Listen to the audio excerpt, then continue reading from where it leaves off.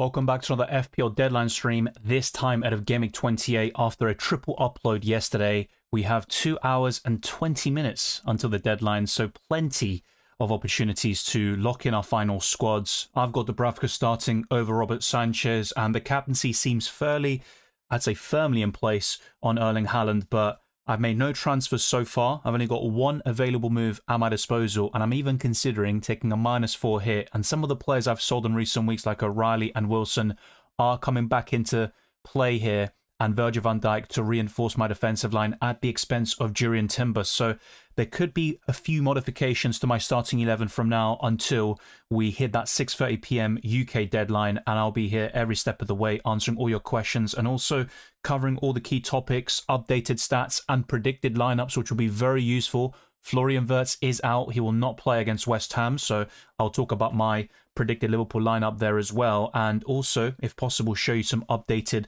transfer tips based on yesterday's video, following up on that one too. So if you enjoyed this video or maybe find it useful, subscribe, hit the notification bell. There's also my Twitter, Instagram, and Blue Sky. All those links are in the description. The same goes to my Discord server and the FPL and FPL Challenge League, so be sure to join. It would be a pleasure to have you on board, and also share this video around with those that love FPL and UCL Fantasy, because the Champions League draw was made today, and I'll be covering UCL Fantasy in the weeks to come, heading into the round of 16 now with unlimited transfers once more. The first question is by Sam, and he says 4 free transfers suggestions. So the team is Dubravka and Sanchez, Gabriel, Rodon, Timber, Gay, Chalobah, Enzo, Rice, Semenyo, Rogers, Bruno, Thiago, Haaland, Krupi, Szoboszlai good instead of Wirtz due to the injury. The thing is, Szoboszlai could still play at right back again. Now, Frimpong is available, but there's no guarantee he starts, which then pushes the Hungarian into a more offensive position. So I probably would avoid Szoboszlai for now.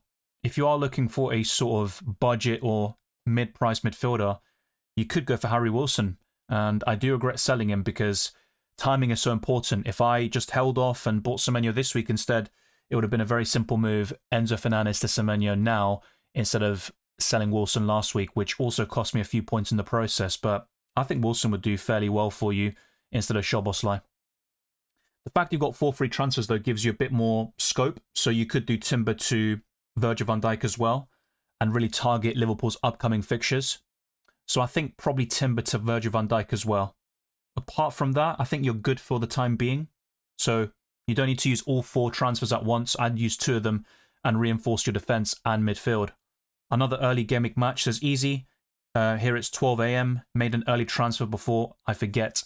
Yeah, that's fair enough. And people from all over the world have to adapt and yeah, sort of make compromises or sacrifices just in case, because otherwise, well, you'd rather make an early transfer than forget the deadline in most scenarios. Of course, there are a few exceptions to that, which we have seen in the past. 10 Gameweeks to go for me. Don't think too much. Just make the transfer and let the game of luck on the pitch decide. It's good to think things through, though, and have a strategy, but that only gives you a platform and a better chance on paper to get lucky, but you do need that luck in the end for sure. James Klein says, hello Dylan, is taking a -4 to get in a Brentford midfielder. I already have Thiago. Not for me, and it would be Dango as the sort of most appealing Brentford midfielder, but I wouldn't go there. Not for a hit for sure. Buy a player in form versus buying player against easy fixtures on paper. I talked a lot about this in my recent videos, even for UCL Fantasy as well. That classic debate of fixtures against form. I like a bit of both. If I had to push towards one, it's probably going to be form. But having said that, in my wildcard video, I went for Thiago over Joao Pedro, and that's more of a fixtures play. But I think on the sort of whole, I do lean more towards form. Man City are finished. I hope your YouTube name proves right. Says, not a fan of Haaland against Leeds, to be honest. So thoughts on captaining Thiago or Ekitike? I have included Ekitike in the updated top 10 list, so you're going to see that later on. Igor Thiago is ranked higher. He's in my top 3, but both players are in pretty poor form at the moment. And yes, they have the capability of scoring a brace or hat-trick. We've seen that in this calendar year, but also plenty of blanks. And they're not going to offer the sheer consistency of an Erling Haaland. But I understand that perspective. I think City could struggle at Ellen Road, but I'm still backing them to win 2-0. And Haaland could be the difference maker once more. Easy says, which players on form you buy becoming a flop and which player you sell suddenly become good? I can answer the last one, O'Reilly, because he was terrible for weeks and months, and then as soon as I sold him, he got 3 goals in 2 game weeks. So That was a brutal swing against me, but it is what it is. In terms of the first one, I'd have to think about it. Maybe Igor Thiago. He did fairly well for me on the free hit, but then when I brought him into my permanent team, it has been mainly blanks. There was that hat-trick against Everton and also a brace that he scored fairly recently against Sunderland, I believe. But yeah, it's been quite disappointing owning Igor Thiago, so I think that would answer your question. Welcome, Baraf. Sam says Rice to Szoboszlai, Enzo to Wilson, Chalobah to Van Dijk, Timber to Hill, or Gay to O'Reilly. You don't need to use all 4 transfers, so I'd stick with what I said earlier. So Enzo Fernandez to Wilson could work. Yeah, Chalobah to Van Dijk, to be fair, and you can keep Timber for now. Yeah, that's probably a good point, but I wouldn't use all 4 transfers at once. Juba the guy says, hi Dylan, I've got Raya, Pickford, Gabriel, Chalobah, Munoz, Van Dijk, Senesi, Bruno Fernandes, Rayan, Rice, Semenyo, Anderson, Haaland, Bowen, Guiu, 1.3 million in the bank, and no free transfers. Yeah, in order to take a -4 hit, I would get the appeal, but I would just start probably Raya, Gabriel, Van Dijk, and then it's close, but I'd probably go to Senesi.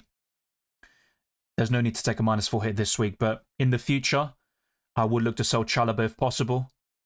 And you could even downgrade him, and that could extract more funds to then reinvest into the midfield and forward line. But yeah, Bowen to Thiago, if you were to take any hit, that's the only possible -4 I'd consider or entertain this week. But apart from that, I think it's looking pretty decent. I have 1 free transfer. Should I sell Wirtz or start Timber? Wirtz, yeah, he's obviously out. That's confirmed. If you can sell Wirtz for free, I'd probably do that instead. Now, Timber could still keep a clean sheet or do something against Chelsea, but I'm not a big fan of that Timber pick right now, based on his recent form, and I think Chelsea could score at the Emirates. If selling, who to buy to be aggressive, I'm thinking Schade or Szoboszlai. Between those two, it will be Szoboszlai. Kevin Schade didn't even start the last Premier League match. I think he will this time round, though, but if you wanted a Brentford midfielder, it's probably going to be Dango Ouattara. Schade has the highest ceiling, but at the moment, his minutes are more at risk. Yeah, with other midfielders, I'll be honest, it's difficult to answer this question. I don't know who you've got already, but the likes of Rodgers, Semenyo, and Wilson would be good replacements for Florian Wirtz here, in my opinion. Bench boost with Wirtz, Sanchez, no. Munoz and Alderete, good or save? I would save that. Yeah, even if you sell Wirtz, it just depends who you would end up benching, who the player in your starting 11 is. I'm guessing that's Timber, right? Yeah, I'm not so sure. And also we've got Gameweek 33 and 36, which will likely be doubles, and on paper, I think Gameweek 33 looks the best for the bench boost. Hi Dylan, pick one between Wilson, Dango, Schade or Tavernier. I keep it very simple, Harry Wilson. How about Mukiele to O'Reilly and DCL to Raul Jimenez? I'm not a big fan of Raul Jimenez. I know his recent form is good, but there's also Rodrigo Muniz knocking on the door. I think there could be rotation fairly soon, and the only Fulham attacker I'd consider is Harry Wilson. As for Mukiele to O'Reilly, yeah, that's an upgrade, and Mukiele is out for the next couple of weeks, so that transfer makes a lot of sense. And before this new role for O'Reilly, or him playing in the midfield of 8 Nuri at left back, he just wasn't delivering in FPL, but that has changed in the last couple of game weeks, and yeah, O'Reilly is a better pick, but more so in the short term until blank Gameweek 31. Hey Dylan, who should I bring in for Enzo, Dango or Wilson? It's going to be Wilson again. Mandip says, hey mate, would you do Wirtz and Enzo to Mbumo and Dango or Wilson? It's going to be Wilson. Mbumo's fine, by the way, but just bear in mind he was struggling with cramp, I believe, after the Everton game, but he should be available, and he might even start on the right-hand side in the game against Crystal Palace with Sesko up front. And I'll show that in my predicted lineup section later on. Already have Thiago, not sure if I should double up on their attack. Yeah, as I mentioned in my recent videos, I probably wouldn't. I think Thiago is still the best Brentford asset. I get the appeal of a Dango or Schade in the midfield, but I wouldn't double up personally.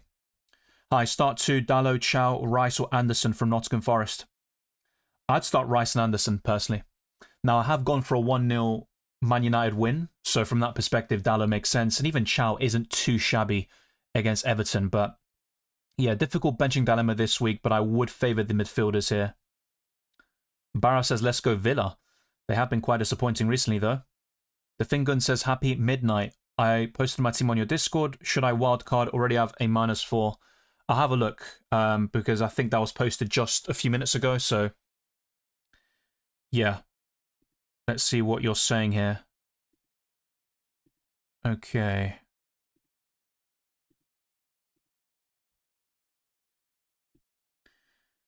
So should I wildcard? I mean, you're a -4 already. I probably would wildcard. The only downside to that is you've got the blanks in 31 and 34, the doubles in 33 and 36, and the doubles remain unclear.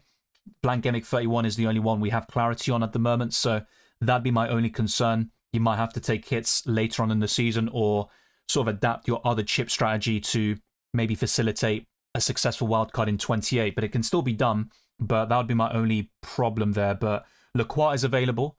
He did play in the Conference League yesterday and scored, so he isn't a doubt for you. Enzo is still a decent FPL asset, but the fixtures are terrible for Chelsea. Wirtz is injured. There's no guarantee when he will return. A couple of weeks ago, I talked about skipping Somerville. I still stand by that. I think up front, you are looking pretty solid, to be fair, and your starting 11 is good on the whole. Wirtz is the only problem.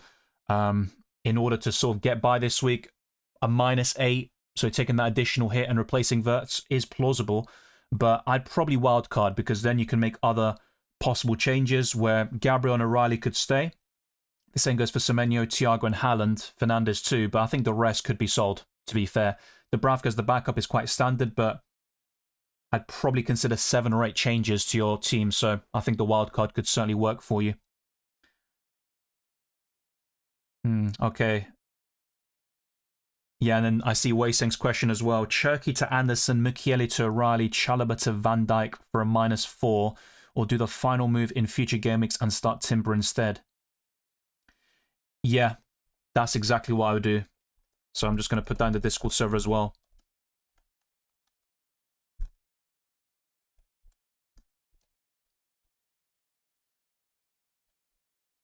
Now, the thing is, I'm actually considering a -4 myself, which could include Van Dijk in for Timber, but I'm less keen on that. It's more likely I will just use a free transfer, Wilson in for Enzo, or Van Dijk for Timber, but no hit included.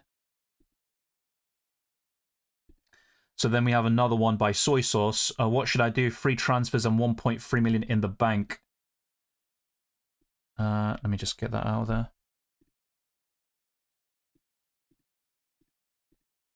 Okay. So Enzo to Shada and Rice to Szoboszlai. Not for me. I think with 1.3 in the bank, yeah, it's a bit awkward, but yeah, you're just shy of getting Semenyo, which is what I would recommend. So Enzo to Semenyo, and if you had to fund it, that's where Rice to Anderson could work. Or if we look at the defensive line, I'd probably do Timber to O'Reilly.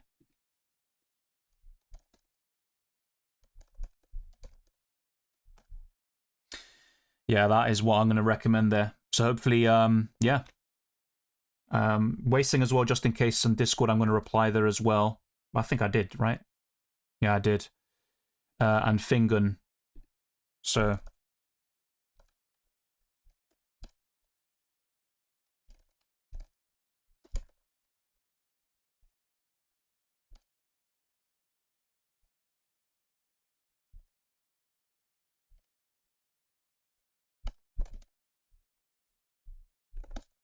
okay, so then that's all covered on the Discord server. Make sure to join as well. There is a link in the description to that Discord server. And maybe later on, I'll show you some of the conversations we've been having.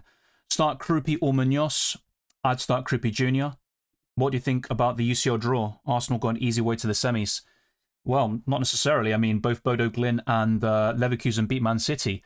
I mean, on paper, I recognise that the right side of the draw is much easier on paper, but you've got to beat what's in front of you. And I think Arsenal had a terrific league phase campaign to finish top, win every single game. And now it's about getting the job done when it matters most in the knockout stages. But yeah, Man City, Real Madrid, we've seen that fairy tale, if you want to say that we've seen that clash many times now in the last couple of seasons. But yeah, I think the draw has actually shifted the perceptions and the odds. So I think Arsenal have actually increased by 9% in terms of the favourites of winning the Champions League. It's now 27%, which is quite high. Alex says, hi mate, gonna do Joao Pedro out for Thiago. Can't decide whether to bring in Szoboszlai, Jimenez or Dango on the second free transfer. I'm not a massive fan of any of them, to be fair. With Szoboszlai, he's a decent FPL asset, but I prefer him in UCL Fantasy. The thing is, he plays mainly as a right back at the moment, but Frimpong is available, so fairly soon we could see him play in a more advanced position. So if I had to pick one, it's probably going to be Szoboszlai there. But yeah, not really too keen on any of them. Would you sell Saliba and Calvert-Lewin for Thiago and Senesi? Yeah, I would. Saliba hasn't been great this season from an FPL perspective. No goals and no assists, not many bonus points, and with DEFCON, he does pale in comparison to Gabriel, and yeah, there are plenty more where that came from. So I'd probably go ahead with those moves. And Thiago has been quite poor recently, but I do back him to return to his goal-scoring ways. Are Premier League matches, fixtures being moved, dates based on European competition dates? No, there's not going to be blanks or doubles based on the Champions League. That is based on the FA and Carabao Cups. DR7K34 says starting Raya, Gabriel, Richards, Van Dijk, Semenyo, Bruno, Zubimendi, Thiago, Haaland, Ekitike, with Alderete, Wilson, Rodon on the bench. Don't bench Wilson. Start him over Zubimendi, in my opinion. Yeah, and also Richards. I'd rather start Alderete than Richards, personally. I think United will score. 2 free transfers as well. You've got a bit of wiggle room. I'd keep Ekitike for now, but I think you could sell him in the future and then use those funds to upgrade another area. But yeah, I would make those changes to your starting 11. But in terms of transfers, I think you're good for now. Afternoon, Dylan. Hope you're well. Likewise, dear McDonald. Taken a -4 this week, and with Wirtz being ruled out, Joao Pedro out for Thiago and Wirtz out for Mbeumo. Yeah, I think Mbeumo will start, so I'm not too concerned about the knock he had. Yeah, I think Joao Pedro to Thiago makes sense from a fixtures perspective, but I think Pedro could still do well with Chelsea facing Arsenal and Villa away. I'm looking at that Villa fixture in particular. I think Chelsea could get a result there, and the likes of Enzo Fernandez and Joao Pedro could punish sellers, and I might be one of them who sells Enzo this week.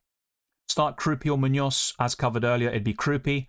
Matthias Presler says what to do. Donnarumma, Timber, Gabriel, Richards, Virgil, Anderson, Bruno Fernandes, Enzo, Dango, Anderson, Haaland, Dubravka, Voltemada, Zubimendi, Joao Pedro on the bench. I wouldn't have Joao Pedro last on the bench ever, even against Arsenal away. I would sell Voltemada though, and that's where Thiago could come into play for you. You've got 1.1 in the bank, so you could easily make that move. In terms of the other transfers, I'd probably go for something like Timber to Hill, and that gives you even more money at your disposal, which you could then use to upgrade a midfielder like Enzo to Rodgers or Antoine Semenyo. So that could be a good use of your free transfers there, Matthias. Start Krupi or Munoz has been asked again. I'm not going to go through that one more time, to be honest. Hey, Dylan, I want to sell Chalobah and Enzo. Any suggestions? Well, I don't know who you've got already, but amongst defenders, probably Van Dijk at the moment. With midfielders, one of Semenyo, Rodgers, or maybe Wilson, which is what I'm looking at myself. So yeah, Dear McDonald puts his team for the week. So -4 versus injury. So Martinez, Cash, Gabriel, Van Dijk, Rice, Rodgers, Semenyo, Mbeumo, Haaland, Ekitike, Thiago, captain, with Dubravka, Stack, Collins, and Mukiele on the bench. Looks decent, and you could always get rid of your 4th and 5th defenders there. So Collins hasn't started for quite a while now. He played 45 minutes last time out as a substitute, and Mukiele is going to miss the next couple of weeks. So over the coming game weeks, you could sell those 2 defenders. I'm not a big fan of the triple up in Villa, especially with Martinez and Cash defensively, but I think Rodgers is still a solid choice, which is why I'm recommending him in many midfielder examples. But yeah, I think for now you're looking decent, but I would trim down the Villa assets and look to bolster your defensive line by selling Collins and Mukiele, and that's where Hill could come into play. Would you do a -4 for Chalobah to Virgil? I think in this case I would. So instead of selling Timber for a hit, I'd rather sell Chalobah instead. Yeah, triple Arsenal defence against Chelsea. I'm going for a 3-1 win for the Gunners, and that's the most important thing. But I think Chelsea will score at the Emirates this time round. So yeah, probably take the hit and go for Van Dijk. It's more of a long-term move though. Timber to Virgil and Enzo to Wilson. Those are my exact transfer plans. Yeah, so naturally I'm going to like them on paper. Yeah, that's kind of ridiculous, this spamming, I'm not going to lie. Hi Dylan, when are you playing your wildcard? I've been quite consistent on this, so The plan is to wildcard around Gameweek 30 to 32. I think 32 is more likely, but I'm quite open-minded. Essentially, I will play it before Gameweek 35, and we do have the blanks in 31 and 34, and doubles in 33 and 36. That's what's looking likely at the moment. So, yeah, nothing has really changed at the moment, but I'm keeping my options open, that's for sure.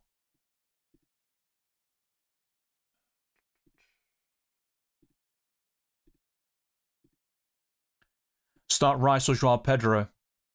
Normally I'd say Joao Pedro, but I think in this case, I'm probably going to go for Rice. Who would you buy in Gameweek 28, Semenyo or Szoboszlai? Semenyo. Greetings, Dylan. What is your take on Krupi Jr.?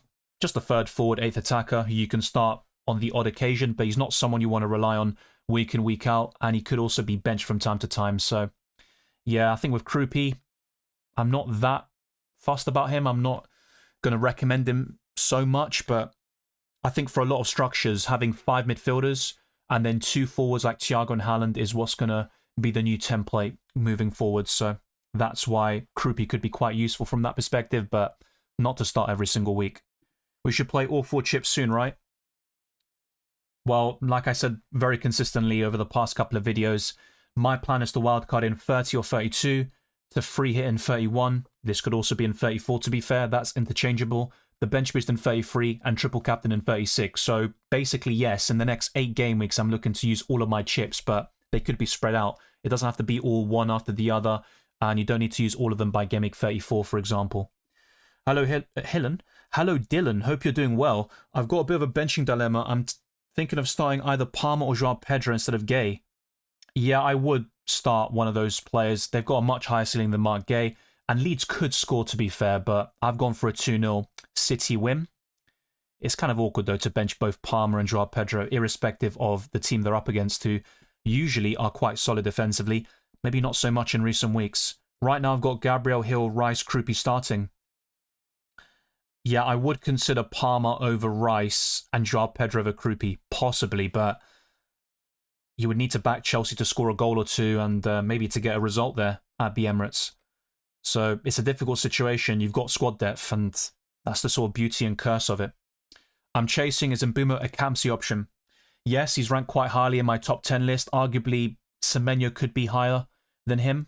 So I think that is interchangeable in my top 10 list. But yeah, Mbumo is a solid choice. I probably wouldn't go for him personally. I think Crystal Palace, Man United will be quite low scoring. Should I sell Enzo this week for Dango or Shada? I already have Harry Wilson or other options you can think of as an Enzo replacement. Yes, but they would be more expensive, like Rodgers and Semenyo. In terms of 7 million or below, probably Elliot Anderson. Between Dango and Shada, I would lean towards Dango. And I do admit that Shada has the highest ceiling, but yeah, I'm not that fussed about it. In fact, I probably prefer Enzo long-term over the Brentford midfielders. Would you prioritise getting Ekitike or Van Dijk? Van Dijk. Would be Joao Pedro or Chow/Richards out. I'd focus on that defender move. I think Joao Pedro is better than Ekitike. Maybe not for this week, but I think until the end of the season, Joao Pedro could match him or possibly even outscore him at a cheaper price tag. Start Anderson or Hill. If that's Elliot Anderson, I'm going to go for him. If it's Joachim Anderson, then no, I'd start Hill. Erica says start Anderson from Nottingham Forest or Krupi Jr. Anderson's more consistent and he'll probably offer you 4 points or above, whilst Krupi has the higher ceiling. I'm going to say Anderson for now, but it's very close. Captain Saka, he is now 10th in my Campsy list. I'll go through that very soon, but yeah, I think there are better options elsewhere. And Saka hasn't been particularly great this season, especially with goals, but he always offers the assist for it. Hi Dylan, very stuck on what to do. Got 4 free transfers and 0.6 in the bank. Team is Dubravka, Gabriel, Timber, Hill, Maguire, Mbumo, Bruno, Rice, Rodgers, Haaland, Joao Pedro, with Sanchez, Enzo, Cash and Mane on the bench. Yeah, you've got a benching dilemma there. You've got a solid starting 11. Yeah, it's difficult to tell exactly what to do, but what does stand out to me is Timber to Van Dijk. I would also possibly do Joao Pedro to Thiago if you are a fixtures head. But I do recognise that Joao Pedro has been in brilliant form. So those two transfers would be the best on paper for this week, and even with upcoming fixtures in mind. Apart from that, probably Enzo to Harry Wilson. But you don't need to use all 4 free transfers at the same time. It'd be quite handy to have 1 or 2 of them in your back pocket, or I should say 2 or 3 of them going into Gameweek 29. I think there was a super chat which I haven't read out yet, so thank you to JBR, who says, "Hey Dylan, Joao Pedro and Cunha to Thiago and Rodgers." Yes, it does seem almost too simple, but I do like these moves. If you don't have Antoine Semenyo, I'd probably prioritize him over Rodgers for the next 3 fixtures anyway, but Rodgers does feature in blank Gameweek 31. He has been quite inconsistent recently, and Thiago has been quite disappointing with many blanks, but I think both of them are an upgrade, especially Rodgers on Cunha. I think that is a significant upgrade in your midfield. Considering Joao Pedro's recent form, that's debatable, but I think Thiago will outscore him over the next 4 game weeks, so the answer to your question would be yes. Hi, Rice to Wilson for a -4? No, not for a hit. Hi, team is Haaland, Ivanosen, Guiu, Enzo, Wilson, Bruno, Rodgers, Rice, Munoz, Van Dijk, Vandenberg, Gabriel, Dorgu, Raya, Dubravka. Thinking of going Ivanosen to Thiago and Enzo to Dango. I like the first transfer. Not a big fan of the Dango move personally. I'm seeing a lot of people mentioning that, and I understand it. I even briefly mentioned it in my wildcard video, but I wouldn't double up on the Brentford attack. Not long term. It could pay off against Burnley, but I'm also looking at the bigger picture until the end of the season, so not for me. In fact, I prefer Enzo over Dango from now until the end of the season, even though Chelsea have some poor fixtures over the next couple. Yeah, best 5.4 million midfielder or below is definitely Elliot Anderson, and I've been very consistent on that as well. Saliba to Van Dijk and Ouattara in. The first move, yes, I would highly recommend that. Dango, I'm less sure. Arsenal easy in the final? Not necessarily. I mean, Arsenal have had great nights in Europe, but only one Champions League final in their history. They reached a semi-final twice as well. Yeah. Arsenal need... Well, look, in the semi-finals, they'll probably face Barcelona if the 2 best teams from that side of the bracket face each other. And yeah, one of the best attacks facing one of the best defenses, but it is no guarantee, and football is full of surprises. No one on the side can beat Arsenal. I think Barca can. Now, even some Barcelona fans are a bit nervous about facing Arsenal, and it goes to show the perception has changed around the Gunners, but yeah, it's a cup competition, anything can happen. No worries, Weiseng. Good luck this game week, brother. Thank you, Alex, and the same goes to you. Saliba to Van Dijk, absolutely yes. I have 3 transfers. How does this look? Richards, Enzo and Rice to Virgil, Wilson and Sharda. The only transfer I wouldn't have made is Rice to Sharda. The others, spot on in my opinion. I hope this game is good. I hope it's great, but only time will tell. And there are still a few hours to lock in our teams and to optimize our squads in the best possible way. Enzo to Dango for a hit? No. Just play Anderson, and to be fair, I'd consider just playing Enzo. They both have 4.2 predicted points according to Fantasy Football Hub, but Enzo has the highest ceiling. That's for sure.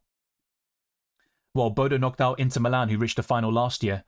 And Bodo Glimt beat Man City. They beat Atletico Madrid. They drew to Dortmund after being 2-0 down. Anything can happen in football. I'm not saying they will. I'd back Arsenal to win that, but how many times have Arsenal let their supporters down?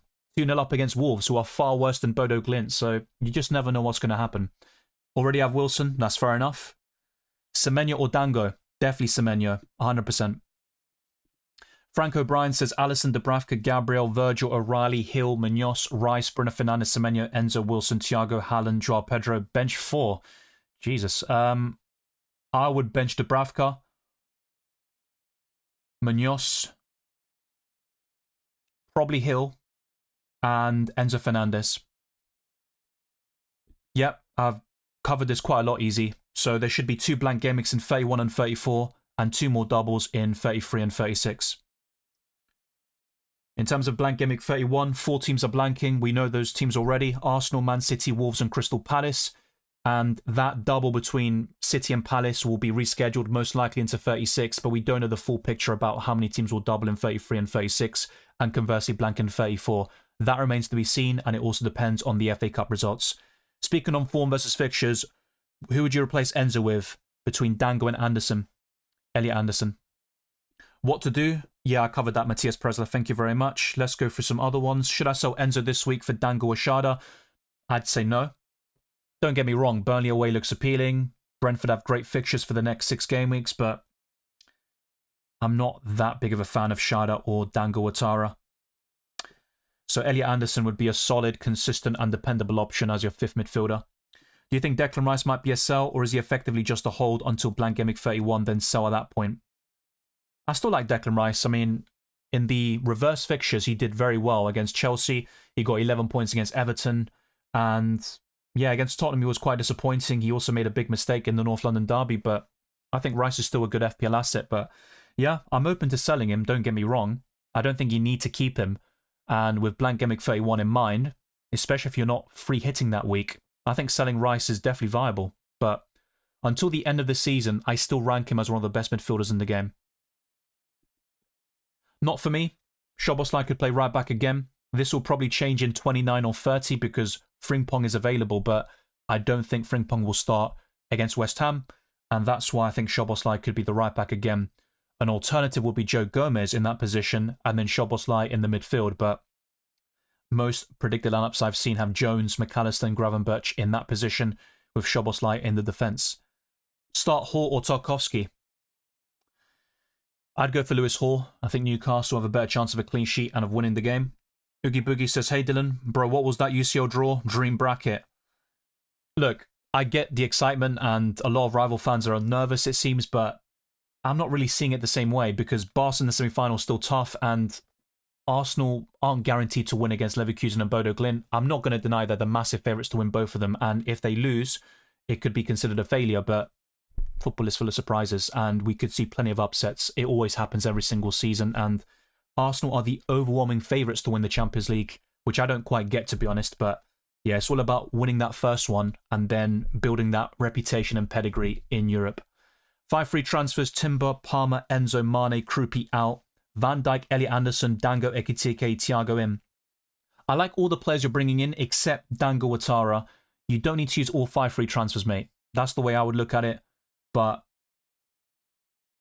what I'd probably suggest is keeping one of those midfielders. I'm guessing you need to sell Palmer to make the other moves possible, but yeah, maybe keep Enzo and don't buy Dango. Now, look, for those that are really bullish on Dango and Shada, go for it. Don't let me discourage you. I'm just saying, if you also have Thiago as well, that double up in the Brentford attack isn't really my cup of tea. And I also think the consistency will be lacking, but could they haul against Burnley? Absolutely. I'm not going to deny that, but I'm just not really as sold on those moves as other people are. Sell or keep Mukiele? Probably a sell, but it's not a priority. He's 4.4 million, and if he's your 5th defender, you could just stick him on the bench for now, assuming you have the squad depth. Best defenders to have: Gabriel, Virgil van Dijk, O'Reilly, maybe Matty Cash or a Villa defender, but that's definitely debatable. There aren't many standouts in this position, which is why you don't need to rush into something for the sake of it. Munoz is okay, but facing Man United and Tottenham, I think Palace could concede them both. Okay, so what I'm going to do here, and this will also answer many questions in turn, is, yeah, covering some different stats and segments here. So I'm going to start off with the FDR, the fixture difficulty rating, and Man City are top until Gameweek 33. They are blanking in 31, so their match against Crystal Palace will not go ahead. Brentford, Crystal Palace, Liverpool and Leeds complete the top 5. And if we look near the bottom, Wolves, Arsenal, Chelsea, Sunderland and West Ham. With predicted points, Haaland is top. Let me actually change this. For some reason it refreshed. So after Haaland is Salah, Bruno Fernandes, Ekitike, Thiago, Palmer, Mbumo, Chow, Calvert-Lewin and Semenyo. Some interesting names in the top 10 list. And with projected price changes, Ekitike, Wilson, Konate, Sesko, Dallo and Scott could all rise tonight. In terms of price falls, possibly Timber, Declan Rice, Minter, Bruno Guimaraes, also Brobby, who is out for this game week, Ismail Assar, Kilman, Tarkowski, Alien, Ake. And that's pretty much it for now. I'll refresh it though. I think Maguire's also added to the list in terms of price changes. And if we look at those going down, anyone new? Minter's there. He hasn't started for quite a while now. And Jared Bowen, but that isn't a guarantee. And some of these might happen in a couple of days' time, or it might just be delayed a little bit. So I put this poll out on my channel about my transfer plans. Even a -4 hit is possible, but Timber to Van Dijk is the leading vote with 45%. Enzo to Wilson is second, only just behind, and Rolling is last. I only have one free transfer, by the way, and yeah, I kind of regret selling Wilson last week and not waiting until now to do Enzo to Semenyo instead, but yeah, I could just undo that with a -4 hit, but an even bigger swing and possible regret was selling O'Reilly to Timber. That was a massive swing, very brutal, and in typical FPL fashion. So let's do a stats comparison of Wilson and Enzo Fernandez. In terms of shot volume, it's very similar. Wilson has 56 shots, Enzo has 53. The Argentine has more shots on target and shots in the box, but only just. They both have 8 goals, but Wilson leads in terms of assists. He's also cheaper at 5.9 million, and all the other underlying numbers are down. Enzo has underperformed. The XG is 9.62, and the XA is 5.23, with 12 big chances, 9 big chances created, and 45 key passes, but Wilson is still comfortable, or I should say clear, in terms of assists with 7. So, yeah, Wilson's been very prolific, and also his teammates have been clinical when he has created the chances, and I think Wilson might be the one to replace Enzo in my FPL squad, which is a bit daft considering I had Wilson only last week. Let's also take a look at FPL.team. So this is the updated wildcard squad with Rose and Dubravka as the goalkeepers, Van Dijk, O'Reilly and Gabriel in the defence, Fernandez, Rodgers, Anderson, Wilson and Semenyo completing the midfield, Thiago and Haaland up front, and on the bench there's João Pedro, Hill and Alderete. I have nothing left over in the bank, and the expected points is 49.3 according to FPL.team, and you could start João Pedro over Anderson, but it does actually decrease the expected points quite significantly. So that is definitely debatable, and you wouldn't want to bench João Pedro too often. Against Villa, for example, I would start him, and Anderson will surely get DEFCON against City there, but I would start João Pedro, and I think the rest looks pretty good as well. So I think this is a solid wildcard squad, and it should do the business from now until the end of the season. But just bear in mind, there are blanks in 31 and 34, and double game weeks in 33 and 36. But what about FPL Challenge? Well, this week it is called Midlands Clash. I've got Emi Martinez and Rodgers captain because Villa and Wolves players will have their points doubled this week. Van Dijk is my only defender, facing West Ham at home. I've got Fernandez, Thiago and Erling Haaland as my remaining players, and I'll go back to this after the deadline has passed. We still have just under 2 hours until that happens. I also want to show you my updated transfer plans with this visualization, the team selection graphics, and also a few sort of adjustments to the prices which happened overnight, and also some corrections. But this is how I did in Gameweek 27. The less said, the better. Sanchez blank. The same goes for Timber and Gabriel, although technically Timber did get an assist. Dallo got a clean sheet and bonus point, and that's pretty much it, really. Rice got DEFCON at least, and so did Semenyo, but the rest of my midfielders blanked. Haaland got an assist and bonus point, but Thiago also failed to deliver. And with the prices here, Semenyo is 8.1 million, Rodgers is 7.7, it's worth mentioning, but things have been quite stable overall. Van Dijk in for Timber is very likely in the coming weeks, and it could be as soon as Gameweek 28. The same goes for Enzo to Harry Wilson. So there is the possibility I do both transfers for a -4 hit, and very soon I'll do a poll so you can see my team on screen and then offer your judgment on how things are looking. But Dubravka, Dallo, Van Dijk, Gabriel, Fernandez, Semenyo, Wilson, Rice and Rodgers is possible, but only with a -4 hit being taken. Haaland and Thiago up front, and I would captain the Man City striker. Anderson, Mane and Klein make up my bench, and Robert Sanchez is my backup goalkeeper here. The expected points has changed quite significantly, by the way. So Haaland is now at 6.7, so he has dropped. And the same goes for a few other players here and there, but on the whole, it was mainly Haaland who took that sort of hit when it comes to predicted points. And also Dubravka, who was at 3.9 only a couple of days ago. So what about my scoreline predictions? We'll start off with that. I've gone for Wolves 1, Aston Villa 2 in the only game which takes place today. Bournemouth 3, Sunderland 2. Burnley 1, Brentford 2. Liverpool 3, West Ham 1. Newcastle 1, Everton 0. Leeds 0, Man City 2. Brighton 1, Nottingham Forest 1. Fulham 2, Tottenham 2. Manchester United 1, Crystal Palace 0. And Arsenal 3, Chelsea 1. We'll see how that goes in the end. So next up, I'll be highlighting the team weakness, and I've actually got Tottenham Hotspur. There is a chance they go down. I don't think that'll be the case, by the way, but I have a funny feeling about this player because I sold him only last week. Harry Wilson. You can see his heat map. Oh, nice voice crack, by the way. And the blue circles indicate the chances conceded by Tottenham Hotspur this season, and the heat map shows Harry Wilson's touch map from Gameweek 1 to 27. So for the entirety of this campaign, and I think Tottenham have a clear weakness on that right-hand side. But yeah, Jed Spence should play there, and Pedro Porro is back, and you could start there for the Lily Whites. With the clean sheet odds, Arsenal are joint top with Manchester United, and these stats are taken by the website fantasyfootballpundit.com. Brentford, Liverpool, Man City and Aston Villa complete the top 6, whilst West Ham are bottom with a 10% chance of keeping a clean sheet at Anfield. So the top 10 captains, Erling Haaland is first, but I think there is a debate this week to go against him. Fernandes is second, and Thiago makes up the podium, with Mbeumo and Semenyo all right up there. Rodgers, Ekitike, Salah, Wilson and Saka, who is doubtful, but I think he'll start against Chelsea. But maybe the informed Gyökeres could be the one to go for in that London derby. So before I go back to your questions and start experimenting, showing you another poll in the live chat, so keep your eyes peeled for it. And if you have any polls you want, then feel free to suggest them in the live chat too. Be sure to like, subscribe, hype, share, all that good stuff, and let's grow the channel to even bigger heights.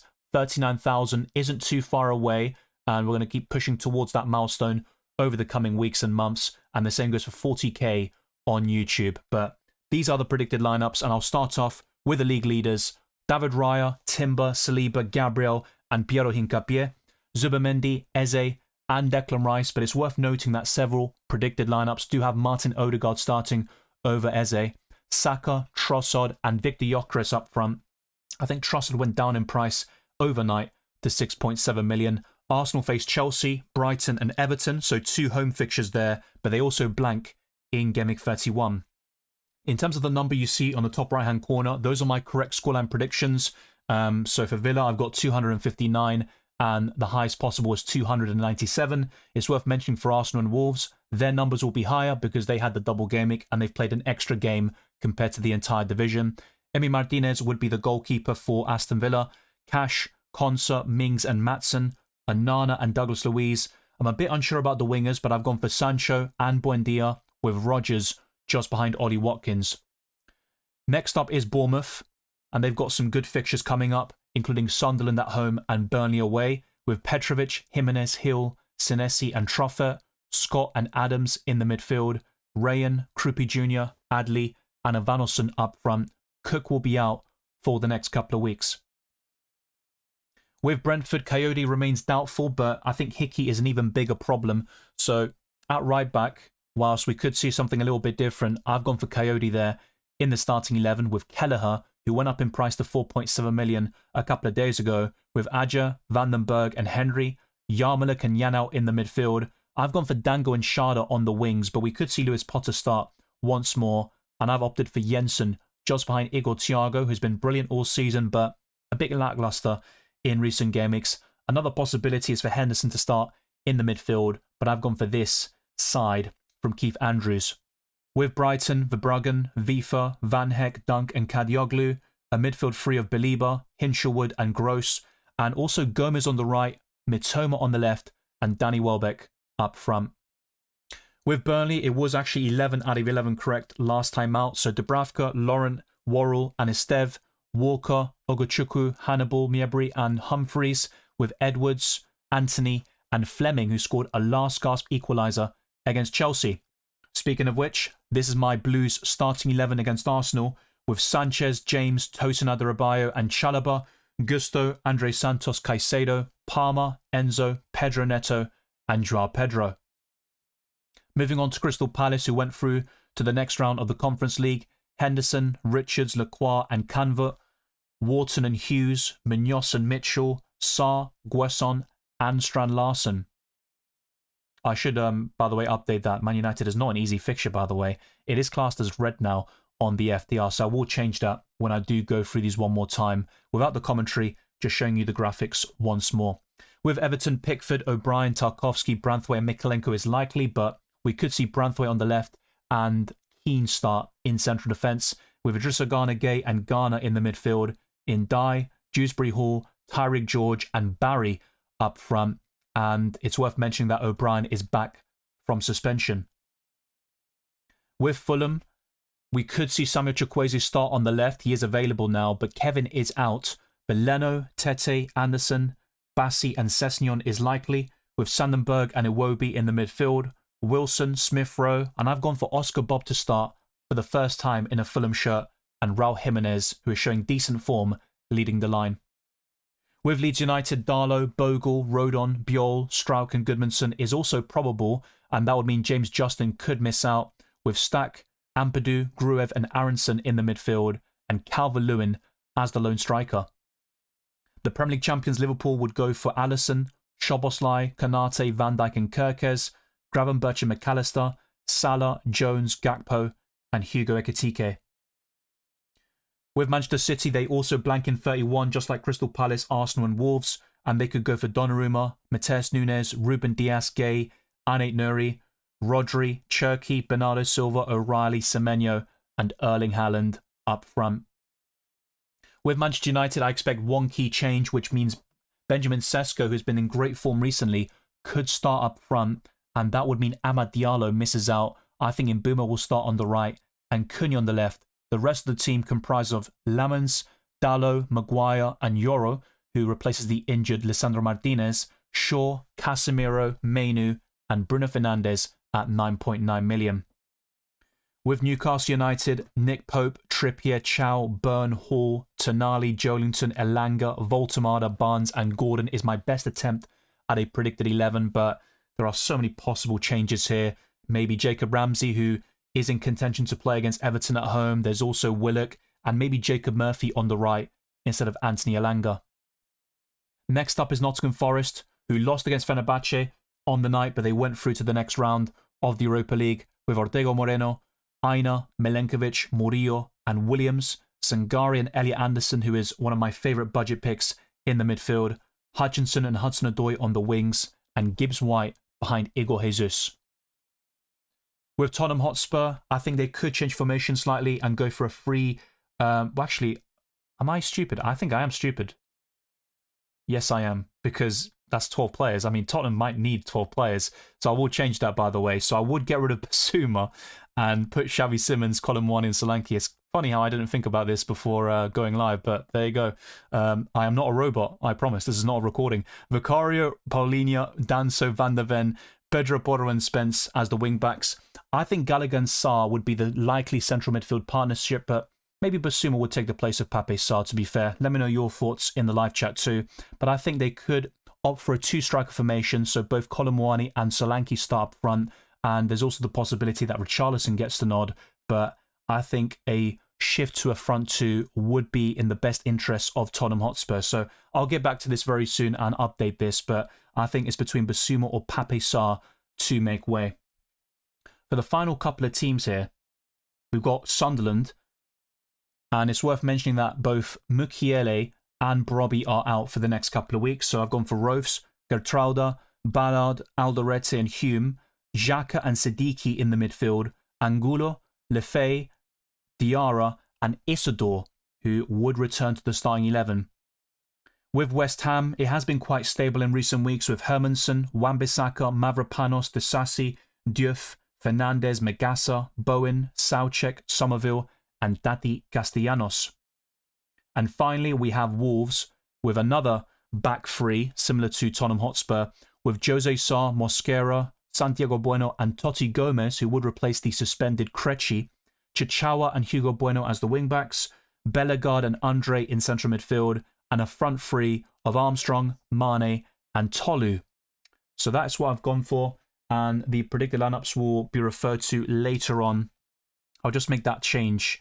Yeah, it's just two things, the Man United classification and also Tottenham Hotspur, so I'll deal with that and make sure it's all in order.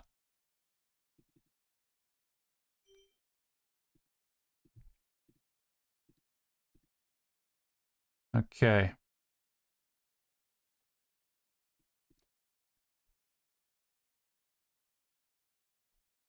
Let's see, I think, yeah, it was in the Crystal Palace section. Okay, I will get back to your questions fairly soon as well. Drop a like, subscribe, all that good stuff with a lot of information being provided. Of course, Liverpool, as I mentioned before, Wirtz is confirmed out, so that's why I've gone for Curtis Jones to start. And Liverpool could still go for one or two other solutions like Joe Gomez or Frimpong at right back, and then Szoboszlai in a more advanced position.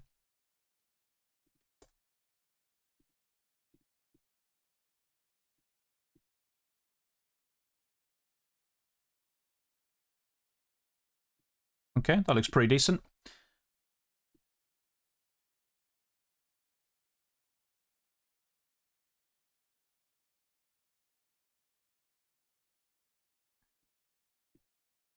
Okay, so that will all be updated for you fairly soon. I'll go back to the lineups in a little bit.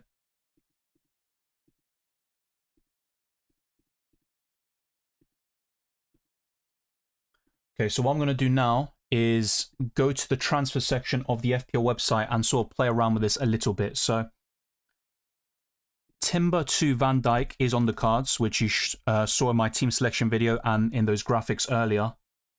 And Enzo to Wilson is also likely, but by getting Van Dijk for Timber, I do get even more money in the bank, and it gives me 7.4 million to spend on an Enzo replacement. But I still think Wilson would be the standout in this position here. Elliot Anderson is also very consistent. I don't mind buying him, but I wouldn't do that for a -4 here. Only Wilson and Van Dijk, Timber and Enzo. So I'll put a poll out here and also keep track of our progress.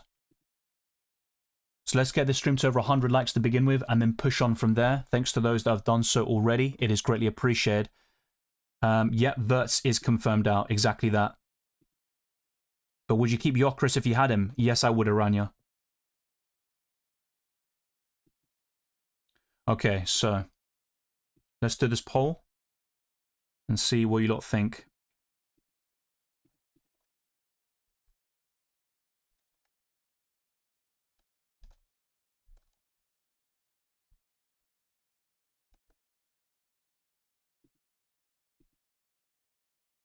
Okay. Afterwards, I'll whiz through your questions and comments, that's for sure. Just bear with me. We do have plenty of time. It is on our side, which is a good thing. But ideally, I would lock in, not too early, but yeah, not leaving it to the last minute. That is definitely the plan. So Timber to Virgil. Let's do Enzo to Wilson. Both transfers for a hit.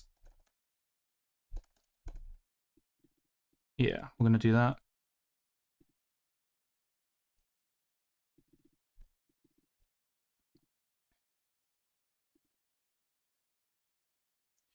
Would you bench Vandenberg or Munoz? I'd probably bench Munoz here. I think United will score, and then you're relying on a Munoz attack and return, which isn't impossible, but I don't think that will happen. Just my opinion, really. Okay, so let's do that. Could I write it like this? Hopefully it does work. Timber to Enzo. And then Virgil Wilson. -4. Oh, just enough. Nice. Okay, and then roll the transfer.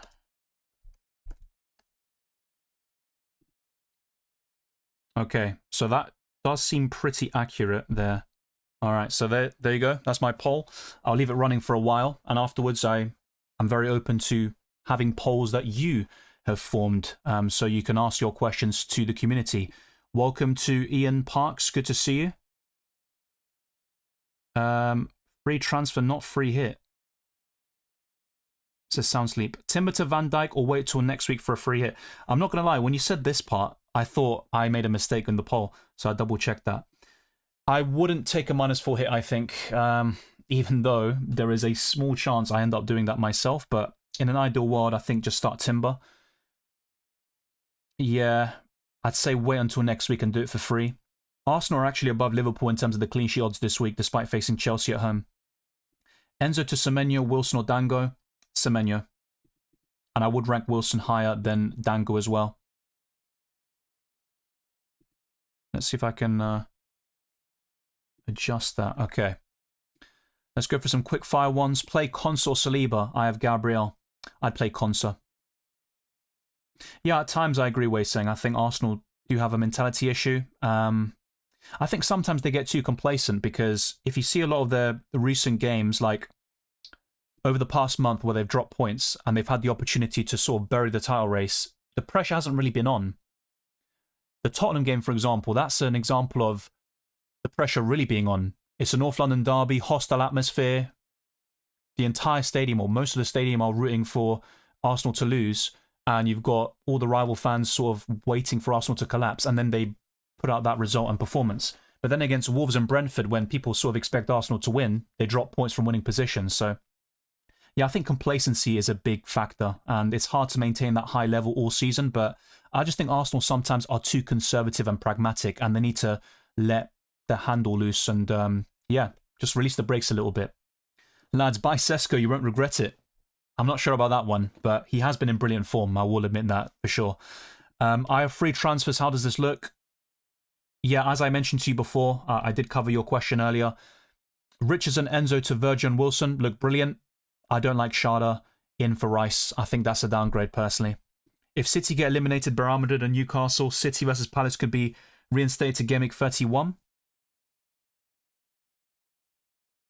No, because it's also to do with Palace in the Conference League.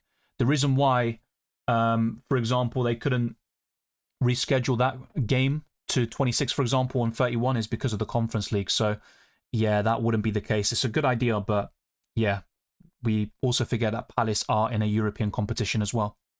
I did wildcard this week. I've been very tempted over the past couple of matches or match days to activate the wildcard, so I don't really blame you for that. I'm second in my league. The guy ahead of me has Van Dijk and Wilson. If I take out Enzo and Chalobah for those two, my team will be 90% similar to his. I don't like similar squads when I'm chasing. I completely get that. I'm not sure what the gap is, but yeah, if it's 50 or less, it's still doable for sure. And even 100 at this stage is also possible, but of course, it does become less likely with the gap being bigger. But yeah, I think it's still not early days, but you've got time. Yeah, that's where someone like Dango would appeal to you, right? A differential, but I'll be honest with you, I would rather just go for Wilson, and you can find differentials with other areas, even with your captaincy, which could be the difference maker this week. Is it okay to go about Thiago this week? Yes, it is. I mean, he has been quite poor for the last couple, and could Brentford score 2 or 3 goals and Thiago's not involved? It's possible. It's more likely now than it was at the beginning of the season where he scored the vast majority of their goals. Now it's a bit more balanced in that Brentford team, but yeah, I think Joao Pedro to Thiago is probably a yes for me, despite Joao Pedro's brilliant form. It would be quite awkward to part ways with the Brazilian, but I do understand it with the fixtures in mind. Thoughts on Szoboszlai now that Verse is out? He could play right back again, at least for 28, so I think with Liverpool, it's probably Ekitike as my favourite attacker, but in terms of the midfield, sure, I guess Szoboszlai is the better one long-term, but he's a better UCL fantasy pick than he is in FPL, and we've seen that this season. Play Munoz or Joao Pedro? I'd play Joao Pedro. Who to downgrade Bowen to? Already have Thiago 1.3 in the bank. Well, you could just go to Joao Pedro, but making that move this week is a bit awkward. I'd probably do it in Gameweek 29, though, if you don't have Joao Pedro, that is. Sell Collins or keep him, might play. I'd sell Collins. If Barca or Arsenal don't snatch a finalist spot, that would be mental. But it's possible. Now, the odds would suggest that Arsenal are the most likely, then Barcelona, but it could be somebody else. You just never know. Football is a funny game. Thank you as well to the moderators. I appreciate it. Bodo Glint to the final. Never say never, but I'm going to say no. Start Wilson or Enzo? Wilson. Enzo, Chalobah, Anderson, start one. I'd start Anderson.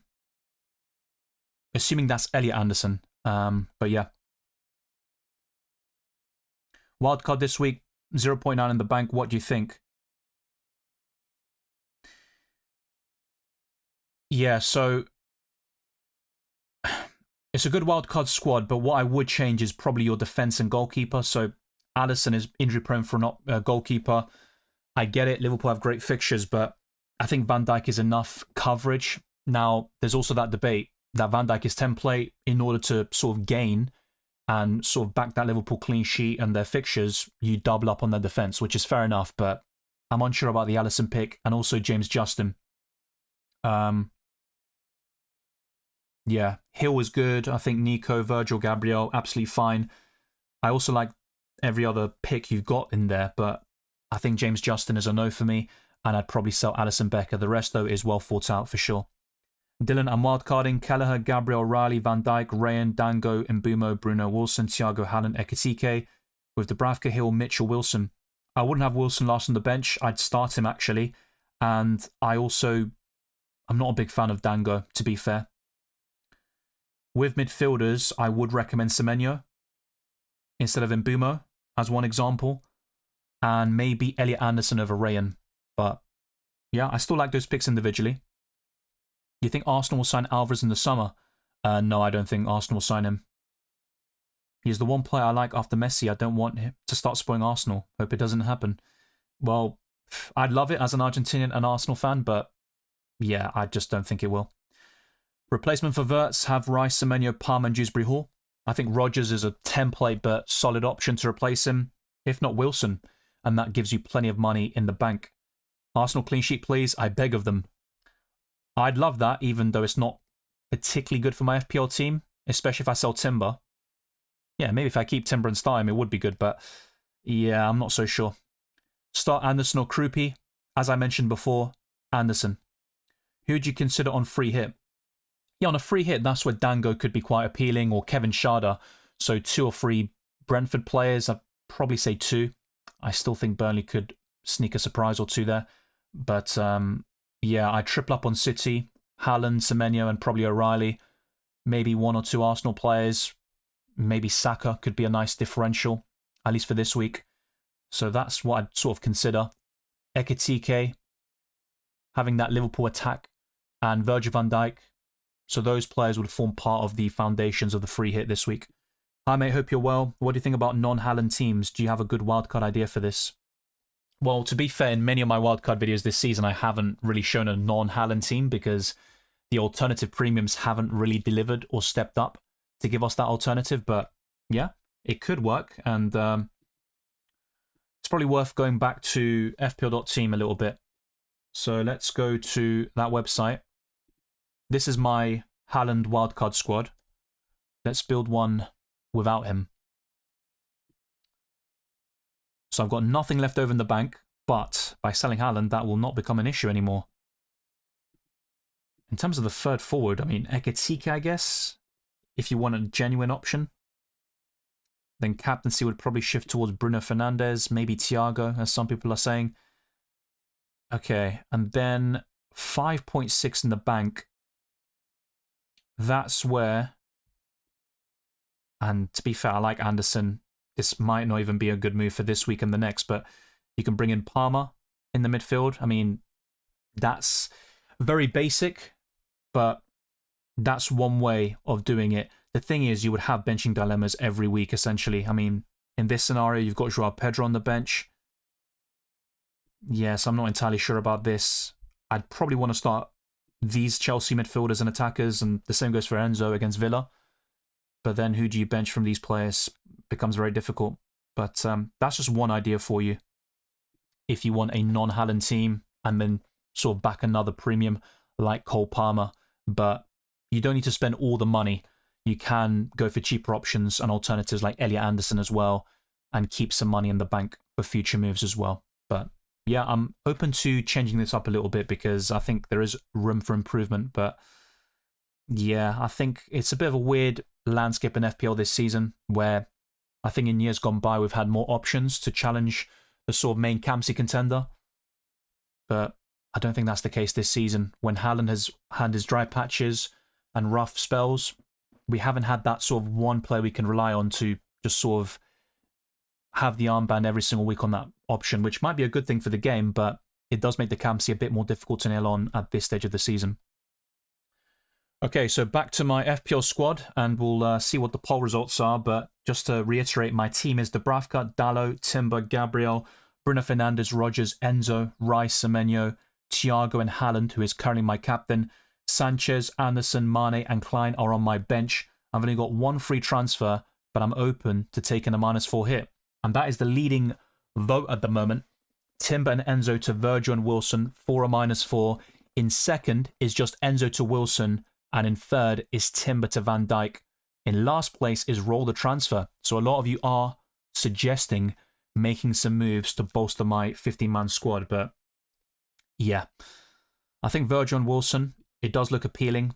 I'm just not a big fan of basically buying a player in who I just sold last week. But it is what it is.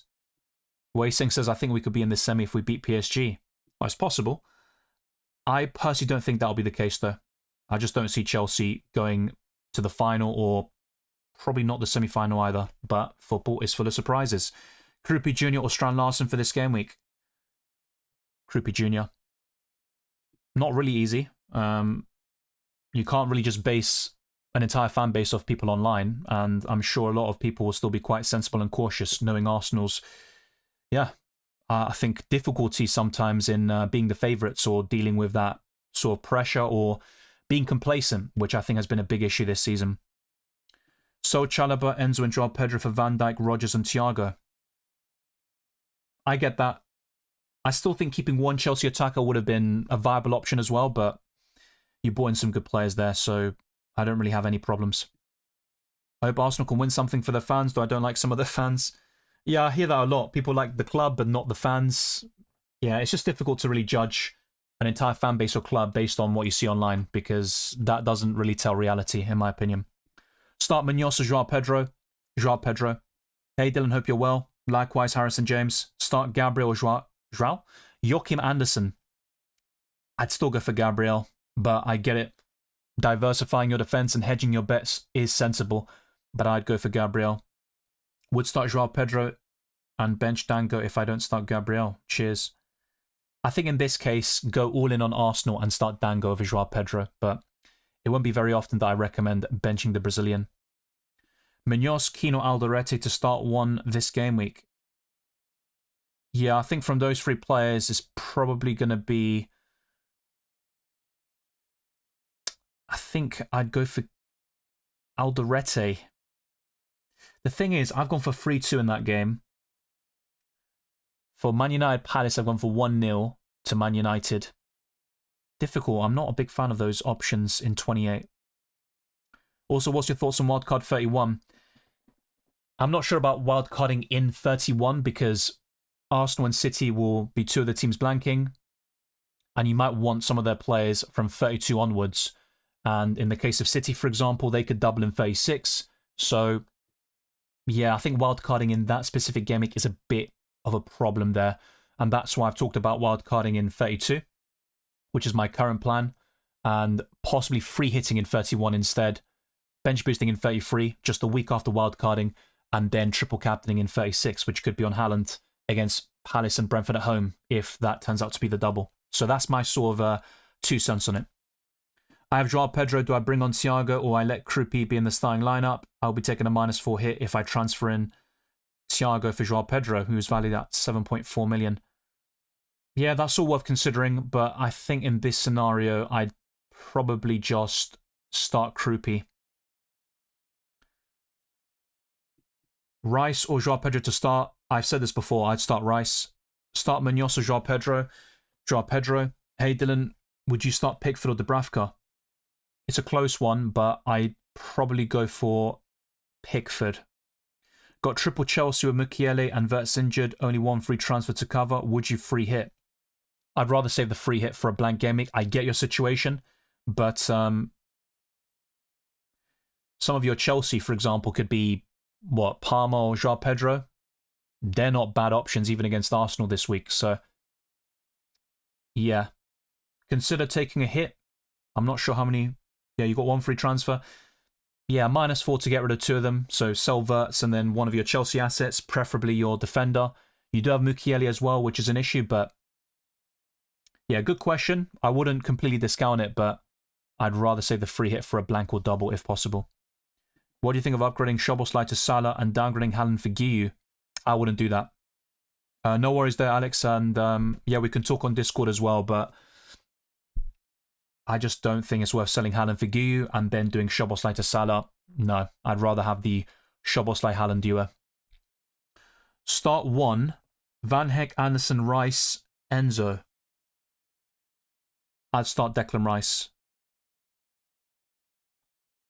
Yes, they are good moves there, as covered earlier. Good day to you as well. The only thing... Yeah, they are good transfers in general. I like all the players you brought in. I still think Enzo and João Pedro can perform well, especially against Villa away in 29, but it makes sense to sell them. Enzo to Dango or Semenyo. You have asked this before, mate, and I said Semenyo in all of them.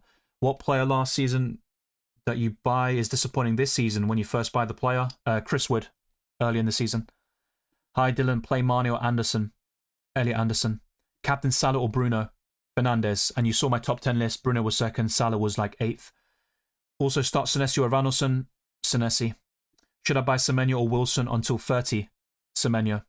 Spurs to target. Team performance is so bad. I wouldn't be surprised if they're relegated. I think they'll stay up.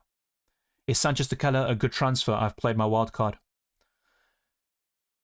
I'm not a big fan of Kelleher. I've been quite consistent on that as well, but I get the appeal. Great fixtures. He costs 4.7 million. He's not too far away from the highest scoring goalkeepers in the game, so it's not a bad shout. Welcome, Awali and Twisted Parky. As he says, subscribe to the channel, like the stream as well. And yeah, nice reminder. Start Alderete or Enzo. I'd probably start Enzo there. Hey everyone, my FPL slug of the season continues. Champions League was a bit of a disaster. I got a green arrow in UCL Fantasy, which is the most important, but I did have Grimaldo captain, so I did lose out on a few points there, which is a bit frustrating. And there were a few 50-50 calls across both legs, which, yeah, it could have made it an even bigger green arrow, so to speak. But I can't complain. I gained 50,000 places from the knockout phase playoffs. But yeah, everyone's situation is different, and you're still doing quite well in UCL Fantasy overall. Hi, who should I start between Dallo and Welbeck? I'd start Dallo. Owen Shot says, yo, gonna bring in Ekitike, I think, and gonna sell Palmer. Who would you bring in? Budget 9.5 million. Difficult one, but probably Semenyo or Rodgers. So a lot of questions are coming in. Yeah. A lot of questions. I need to whiz through these then. Good to see you, Carlos. Creo que la fecha 32. Maybe Spurs need 12 players on the pitch to win. Well, based on their recent performances, yeah, but I've gone for 2-2 in the Fulham-Tottenham game. And I still think Wilson could haul there. Good night, Fingun. I appreciate you tuning in. João Pedro, Enzo, Chalobah, and Timber out, and Thiago, Wilson, Van Dijk, Konsa in. Any suggestions? I'm not a big fan of Konsa, but the reason why I talked about Villa defenders in my wildcard video is because of the lack of alternatives in that position. But with your other transfers, no qualms about that whatsoever. I get that Timber to Konsa would be a way of funding the other moves, but yeah, I just can't say with certainty that Konsa's a good FPL pick because he doesn't offer DEFCON, he doesn't score or assist, and Villa are unreliable when it comes to clean sheets, but the fixtures are good. Could use some advice. Would you do Munoz, Timber and Guiu to Van Dijk, Riley and Thiago for a -4? Yes, I would. The one transfer I'd consider maybe holding off on and avoiding the -4 is by keeping Munoz and not buying O'Reilly, possibly, but you might not be able to afford that. Would you sell Wurtzer and Bumo for a -4 or play Chalobah? I'd take the -4 hit, but over in Bumo, I'd rather go for Semenyo or Rodgers. Evening. The same goes to you, Elliot. Rayan, Van Dijk, Dango, Konate, Szoboszlai, Anderson. So which duo do I prefer? I'm going to go for Rayan and Van Dijk. Close one, though. Should I sell Wirtz and to who? Yes, I would. So you've got Semenyo, Wirtz, Rice, Fernandez, and Anderson. 0.7 in the bank. Rodgers is a bit template, but that's what I would recommend. Otherwise, you're looking at Wilson, but that means 2 budget midfielders in your 50-man squad, and that comprises of 2 out of 5 in the midfield. So you want to be also quite conscious of that. Bench one of Senesi, Gabriel, Chow, Kanate, Rice, Rodgers, Elliot Anderson, Ekitike. It's between Senesi and Chow. So one of those two, if I had to pick one, it's probably going to be Senesi. I've gone for a Newcastle clean sheet. Start 1, Van Heck, Anderson, Rice, Enzo. Probably Rice. -4 for Wirtz to Semenyo, or just bench Wirtz, Valderetti, or Enzo. All of them are viable, but I would take the -4 hit and buy Semenyo. No, they're below expectations easy, but there are sometimes some massive swings. Wilson start over DCL, definitely. I would not bench Wilson this week. Joao Pedro to Thiago -4. Probably not for a -4, no. I actually like Joao Pedro against Villa in 29.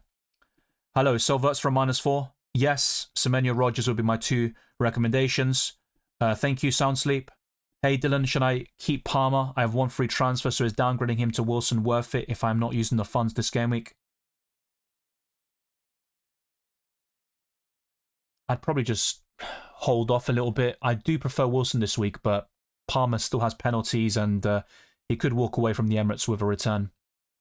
And also against Villa, I like the Chelsea attackers, particularly Joao Pedro, and Palmer could also do fairly well at Villa Park. But interesting question. I'd probably keep Palmer. If I have Ekitike, 1 free transfer and 1.2 in the bank, should I transfer to Thiago? I'd probably keep Ekitike for now against West Ham. Yep, that was covered, Alex. Hopefully you got my answer to your question. I wouldn't do Szoboszlai to Salah and Haaland to Guiu. Chalobah to Kirkes or Kanate for a -4. If it was Van Dijk, then sure, I'd be all over it, but I'm not a big fan of those 2 defenders. Kanate's injury prone, and Kirkes is quite inconsistent and sometimes in and out of the team. But he is first choice left back, there's no denying that. If I had to pick one, it's probably going to be Kanate. Joachim Andersen or Maatsen? I'd start Maatsen. Better chance of a clean sheet, but admittedly, Anderson's better for bonus points in Defcon. Enzo to Danga for a -4 or play Krupi Jr. I just play Krupi Jr. Yep, Chalobah's a sell. Enzo and Sarr to Wilson and Dango Szoboszlai, or just do one or the other? I would just do one, and I'd buy Wilson. What I'd probably do, which might be a bit controversial, is sell Sarr to Wilson and have Enzo start in 29 against Villa. Just a Parky puts a squad. I'm thinking O'Reilly for Chalobah or just sell Timber. I'd rather sell Chalobah instead of Timber. But yeah, Timber has been disappointing, and I wish I kept O'Reilly in hindsight. But I think it was a good decision on paper at the time. Just a terrible outcome. Could use some advice. Would you do Munoz, Timber, and Guiu to Van Dijk, O'Reilly, and Thiago? Yes, as covered earlier. Start Munoz or Joao Pedro. So I tried to avoid the questions I've already answered for the sake of repetition. But yeah, making some progress in terms of the chat.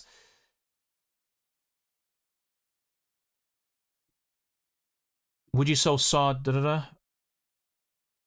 I think, yeah, these are just the same ones. Do you think Szoboszlai will outscore Joao Pedro in the next few game weeks? I'm going to say no. This week, yeah, sure, but not against Villa for Chelsea in 29. I think Joao Pedro could do better there. Ekitike captain shout if I'm 100 points behind. Ekitike is now 7th in my Campsy list. So look, it's not a bad option, but yeah, I think the armband is a bit difficult this week. Very fine margins between the top 10 options, and it could go either way. So if you are feeling bullish on Ekitike, take the punt, but I can't say that Ekitike is my favourite option because he is 7th, not 1st. If I do this, I'll then have to bench Mbeumo, Rice, Pedro, etc. Probably Pedro this week, but that could backfire. Hold Cunha or sell for Mbeumo or Wilson. I'd probably sell him, and I think Wilson looks pretty decent. Roll or Brobby to Raul. I don't like Raul Jimenez that much, but obviously Brobby is injured, and you could gain a little bit of team value that way. But Yeah, Wirtz is out. He should be the priority there. I would sell Wirtz to Semenyo. My midfielders Wilson, Rice, Bruno, Anderson, Enzo 2, 7 million in the bank. Yeah, that's a bit awkward. I'd like to spend more money in that position. So my advice to you is to downgrade somebody else in your team in the defense or forward line and then buy Semenyo or Rodgers in that position. Well, I just said this already with Arsenal. They are the favourites to reach the final. They are the best team on that side of the bracket, but anything can happen in football. They have to beat Leverkusen first, then beat the likes of Bodo Glimt or whoever it may be in the quarterfinals, but nothing's guaranteed. So, yeah, I'm not suddenly thinking, oh, Arsenal are going to win it. Like, yeah, sure, there's confidence, there's excitement, but anything can happen in knockout stage football. Who should I captain? I want to go with a differential: Gakpo, Van Dijk, Dango, or Ekitike. Yeah, from those players to captain, it would be Ekitike. Chalobah to Konate Kirkes covered. Rice or Wilson? Wilson this week. Living Legend says, number 1, Chalobah and Enzo to Van Dijk and Dango. That means no Thiago. Number 2, Mane and Rice to Thiago and Anderson / Tavernier. That means start Chalobah or Richards. Choose only one option. Well, based on how you presented it, number 1 looks a little bit better. Thiago, Wilson, Virgil and Konsa in for João Pedro, Enzo, Chalobah, Timber. Any suggestions predicting a 1-0 win for Chelsea? Interesting. Well, in that case, well, if you are predicting a 1-0 win for Chelsea, why sell Chalobah? He's going to start. And João Pedro could be the goal scorer in your scenario. So, yeah, if you are sort of fancying Chelsea, I think don't sell all your Chelsea players at once, because they could also get some decent returns against Villa, particularly the attackers. I personally think Chalobah's a sell, and I don't see them keeping a clean sheet at the Emirates, but Arsenal can sometimes be Arsenal, and they're their own worst enemy. So, yeah, Chelsea could certainly be competitive, and they are usually, they perform better in the big games compared to a Leeds or Burnley, for example. So, yeah, based on what you've said, I'd reconsider selling your Chelsea assets. If it was me, I like what you've done, especially Thiago, Wilson, Virgil. Not so much Konsa, to be honest, but yeah, based on what you've said, you might want to reconsider. ¿Comprarías a Kelleher o a Becker por Sánchez? Si tuviera que elegir uno, sería Kelleher. I also have Sanchez and Dubravka, and I'm considering starting Sanchez as he can make some saves, whereas Burnley just feel so hopeless. Yeah, but I think Burnley are still more likely to keep a clean sheet, and Chelsea's record against Arsenal is terrible. Long may it continue, but yeah, football is a game of cycles. Starting Timber or Anderson? So at the moment, I've got Timber starting, which, to be fair, if I were to keep Timber, I would reconsider that. But I think in isolation, Arsenal more likely to keep a clean sheet. I do see Tottenham scoring a goal or two, so I'm going to say Timber. Start Anderson or Krupi? Krupi Jr. Yeah, there is justification. Some people have multiple suspensions or injuries. They might also have plenty of options that they're not happy with, so it makes sense to do that. I would just rather save it for a little bit later, because we're going to have more clarity on doubles and blanks. So 31 is all laid out, of course. 4 teams are blanking: Arsenal, Man City, Wolves and Crystal Palace. 33, that double is not really too clear at the moment. The same goes for 36, where Man City could face Brentford and Palace at home. Gameweek 34 is also up in the air, so I'd rather wildcard a little bit later. And that could also serve the bench boost for double Gameweek 33, which will likely be the biggest double of the season. Cunha to Semenyo or Wilson or Mbeumo? Semenyo. Thank you very much, Twisted Parky. Yeah, 14k something in UCL Fantasy, 1.4k in EFL, but 2 million in Fantasy Premier League. Yeah, look, good ranks in the first two. With FPL, a bit disappointing, but a couple of good weeks can really change your season and your life, if your life revolves around this game, which for some people it does. Captain Ekitike or Thiago? Thiago. He is third in my list, and Ekitike is 10th. It's probably worth going back to my different graphics, because it does answer a lot of these questions as well. I'll do that fairly shortly. Start Enzo or Chalobah? Enzo.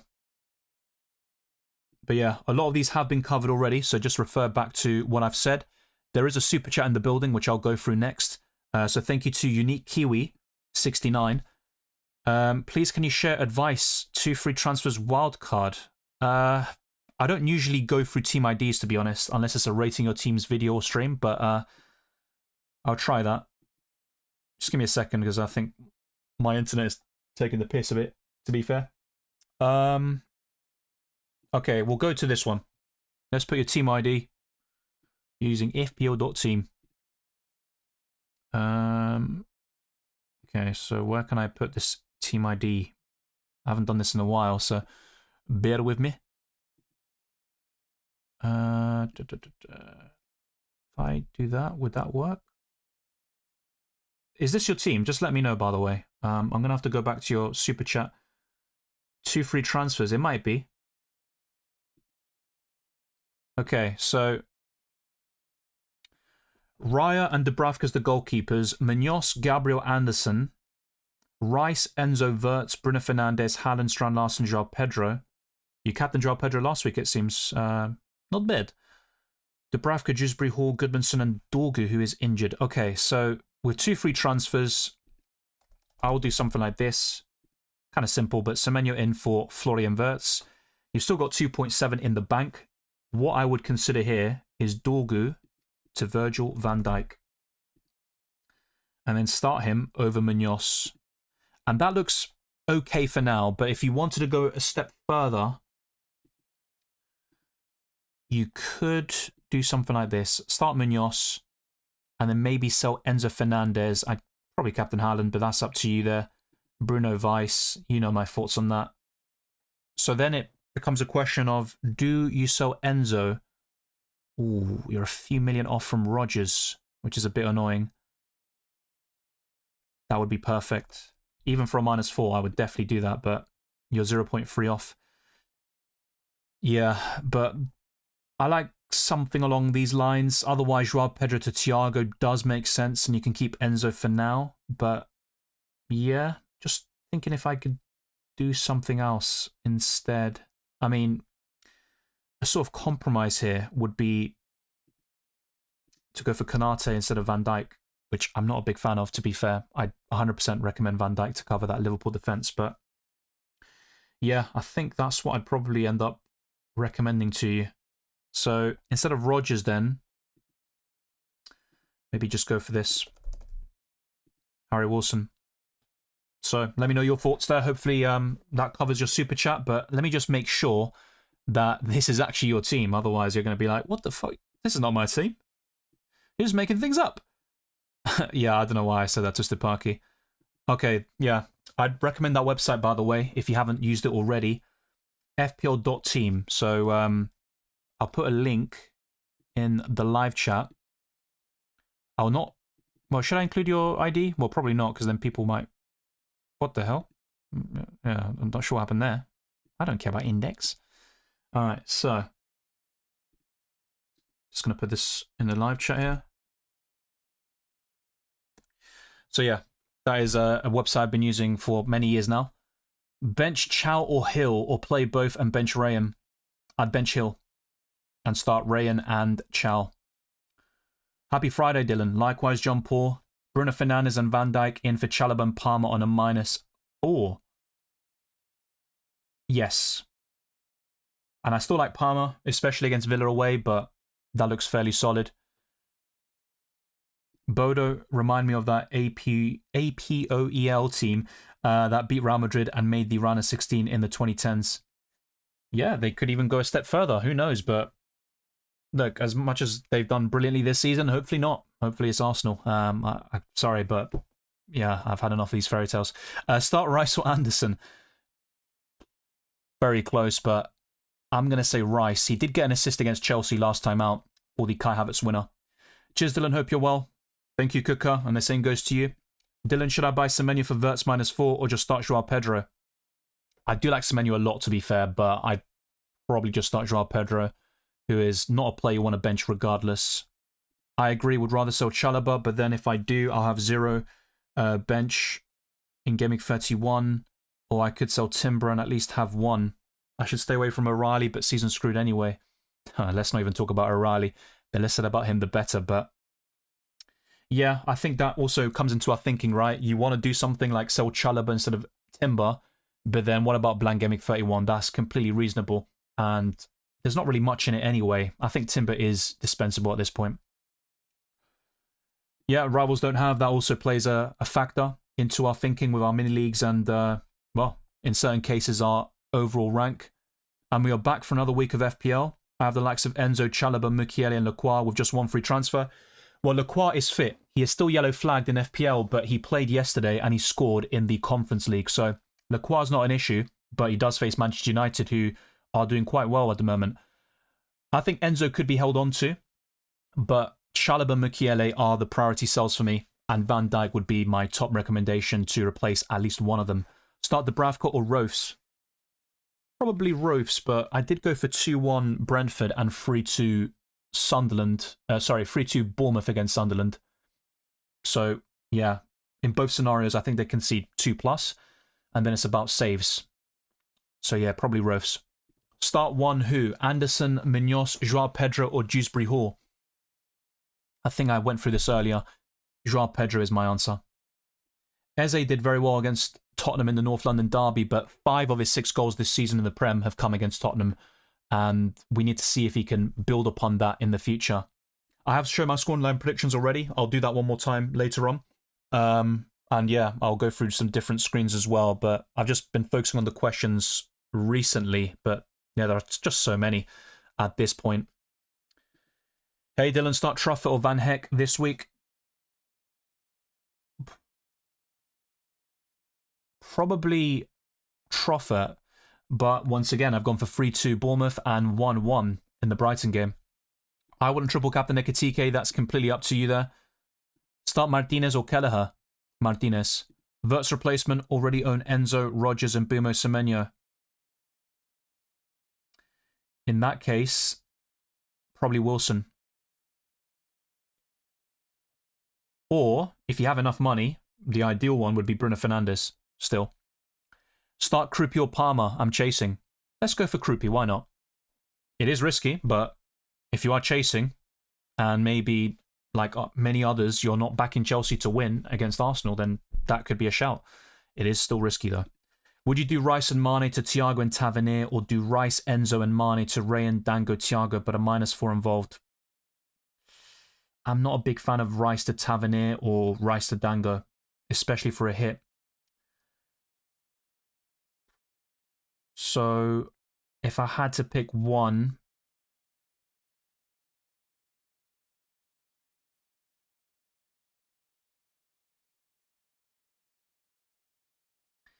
it's going to be the -4 option. But what I would say is if you can sell Enzo instead of Rice, and this would definitely work if you're free hitting in 31, maybe I'd suggest that instead.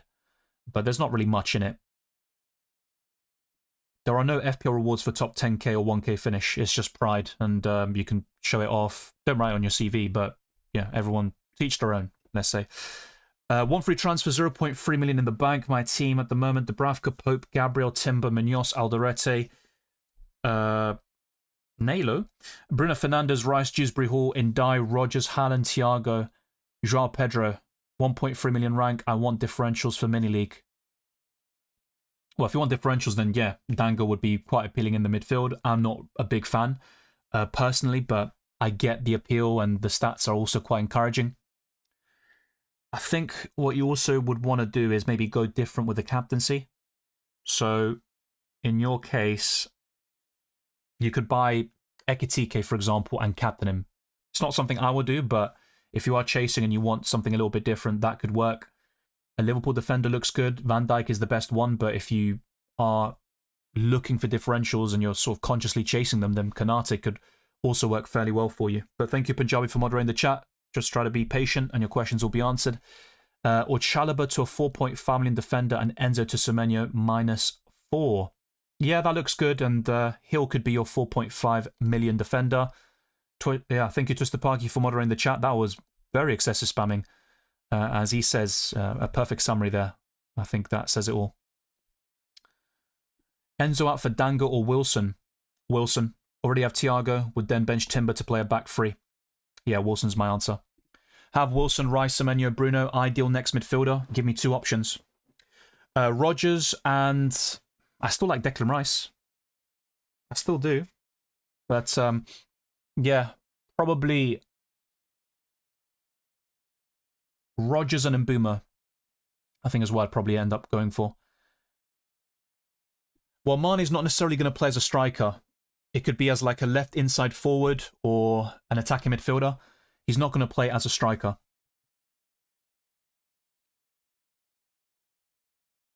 Pick one and pretend that Verts is fit.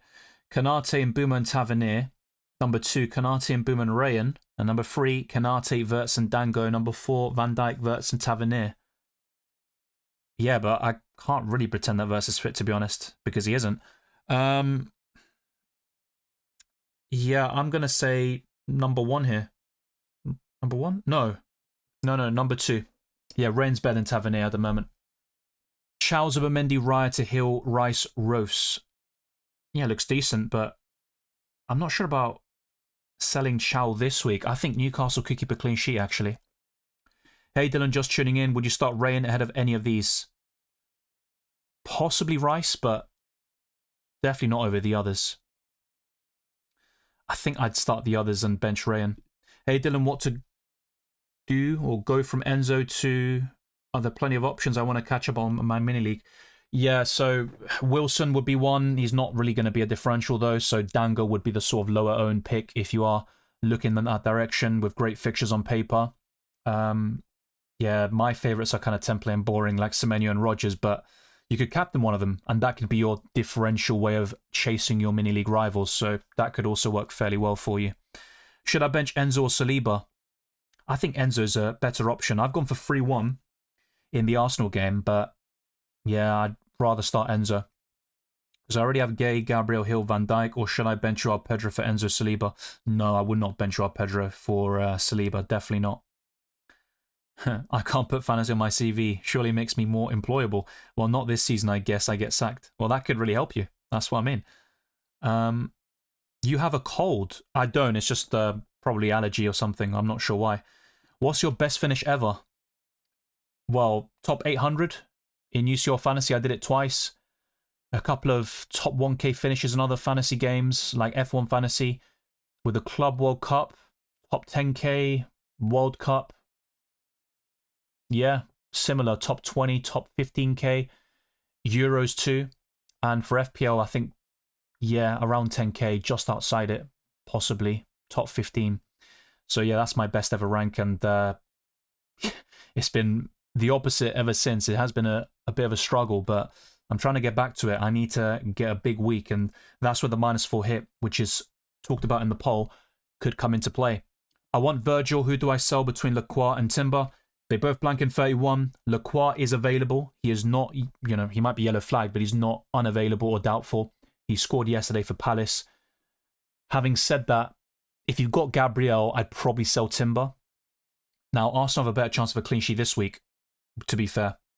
And it also depends on your other defenders. So timing is very important. I think over the next two, Arsenal are more likely to keep a clean sheet. So it's a difficult question to answer. I'd probably sell Lacroix, but I still think Timber's a sell as well. It's just a question of timing. Bench 1, Rice, Gabriel, Krupi and Van the Berg. Currently thinking of benching Gabriel. I'd bench probably Van den Berg, to be fair. Thank you. Good luck as well, Edgar. I appreciate it. Rice to Tavernier or Szoboszlai? Can I say neither? I prefer Rice, but if I had to pick, it's probably going to be Szoboszlai. We need differential bonuses next season. There needs to be encouragement for low-end players. I agree. The only thing is we saw a similar system in Club World Cup Fantasy, and there can be a few sort of question marks about it because a player could be well below 5%, but then there are spikes before the deadline, and then it goes up to above 5%, and the appeal of that asset is reduced dramatically because you don't get the bonus points from it. Who to buy? Dango, Rayan, Rodgers, or Szoboszlai? Yeah, from those players, it's going to be Rodgers. Quite boring, I know, but he is the best player from the ones you mentioned. Thank you, Keith. Good luck to you as well. And yeah, as he says, hit the like button. It is greatly appreciated. Raya, Zubimendi to Rovs and Szoboszlai. Yeah, that's fairly decent, I guess. If you've got Gabriel still, then fair enough. I wouldn't completely abandon Arsenal and their defence, but if you have a triple up overall, I think going to 1 or 2 is a logical solution. Thank you, Hassan. I like your content. Start 2 of Rice, Dewsbury Hall, Anderson. I would start Rice and Elliot Anderson. My rivals are 60 points ahead. All of us have chips remaining. Yes, you can do a comeback, but not by copying. I always say this to people, don't copy, even when I'm doing really well. You're just limiting yourself to how well someone else does, and I might do a transfer early because I'm going to be priced out, and your budget's going to be different, and then what are you going to do if you can't afford the same team I can, or you're a step behind? It just doesn't make any sense. So the point of the videos and also the content is to build discussions, have conversations, and give each other ideas. In terms of copying, that's not going to do anybody any good, to be honest. Bench 1, Timber, Rice, Krupio, Anderson. Probably Timber. Sold Enzo for Wilson. Hopefully that's a decent move. Well, Keith, I'm looking at doing the same thing, and I sold Wilson last week, and that was one of my biggest regrets over the past match day or so, because if I had waited until now to buy Semenyo, I would have kept Wilson and just bought Semenyo for Enzo Fernandez, and I also could have bought Van Dijk for free. But now, if I want both of those players, I need to take a -4. So that's my mistake. Hi, Dylan. Which player should I bench? Wilson, Rice, Gabriel, Hill, or O'Reilly? I would bench Hill. Dylan, I'm not free hitting in 31, so who to buy? If not Semenyo, I don't need Rodgers. There aren't too many, but Wilson would be a good option. He plays Burnley at home in 31. Why would you start Anderson and Rice over Dewsbury Hall? Because I think Newcastle could keep a clean sheet against Everton, and Elliot Anderson has been delivering 4 to 5 points in most game weeks, pretty much since game week 16. Declan Rice has many avenues to points, and he got an assist against Chelsea last time out. He's a big game player, so that's why I would go for both of them. I get what you're saying, Club World Cup, but got us to think about different options. Yeah, I agree with you. I want more sort of routes to points for key passes as well, for example. I wanted ball recoveries, and now they've got DEFCON. And yeah, I think if the system is implemented in the right way, sort of encouraging people to go for differentials could also work fairly well. And it, yeah, results in bigger swings as well, but it also introduces more options, which is good for the game. I've got 2 transfers. I want to do Munoz to a Liverpool defender and Rice to someone else. What would you do? I would sell Munoz to Van Dijk. In terms of selling Rice, you've got Rodgers, Semenyo, Wilson as 3 of the best midfielders to buy this week. Hi, Dylan. Would you start Dallo or Van Heck? I'd start Dallo and Donnarumma. Yeah, I saw that there was a survey in UCL Fantasy. I'll probably have a look at it after the stream is done and see if I can input my opinions as well. I plan to do Chalobah to Van Dijk and Enzo to Dango. I have 3 transfers. Would you do Rice to Wilson as well for the last one? I'd keep Rice and do Enzo to Wilson. That's my recommendation to you, Hallo. Chalobah to Van Dijk, great move. Template, but it is template for a reason. It is a pretty logical and sound decision. So yeah, that would be the answer to your question. -4 for Wirtz to Semenyo or Enzo to Rodgers. Wirtz to Semenyo. Would you take a hit, James Tarkowski to Van Dijk? Yes, long term it should pay off. Hi Dylan, bench one of Rice, Rob, Pedro or Cherki. There's no guarantee Cherki starts, but even off the bench he could make an impact. I would reluctantly bench Rob Pedro, which could be a massive mistake, by the way. Thank you, Keith. Much appreciated. I think Wolves, Burnley, and then it's between West Ham, Tottenham, and yeah, possibly Leeds. Not sure about that one. Yeah, just gonna have a quick look again, but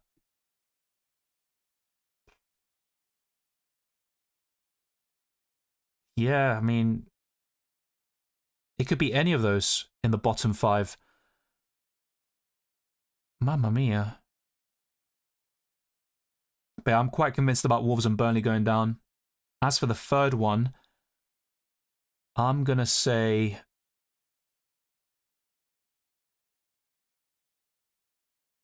difficult to say. My original prediction was Leeds. But now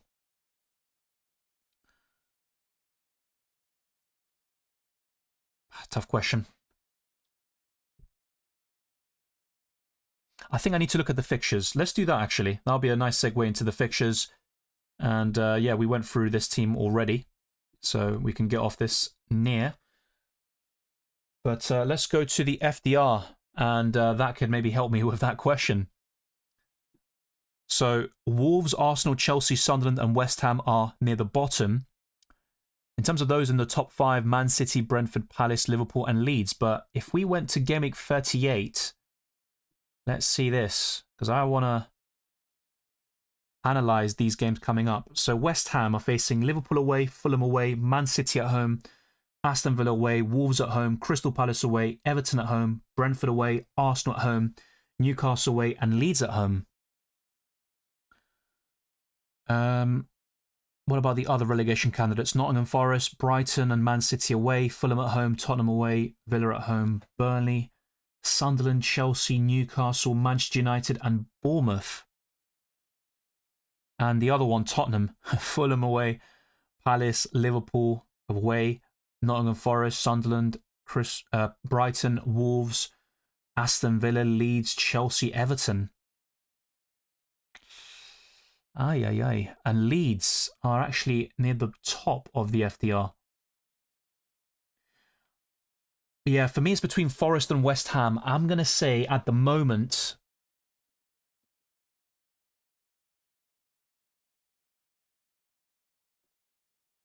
I'm going to say Nottingham Forest, just a gut feeling. But we'll go back to that later on because I'm not completely sold on it. With predicted points, Semenyo, Calvert-Lewin, Chow, Mbumo, Palmer, Thiago, Ekitike, Fernandes, Salah and Haaland are the top 10 players in reverse order. So some interesting picks there, that's for sure.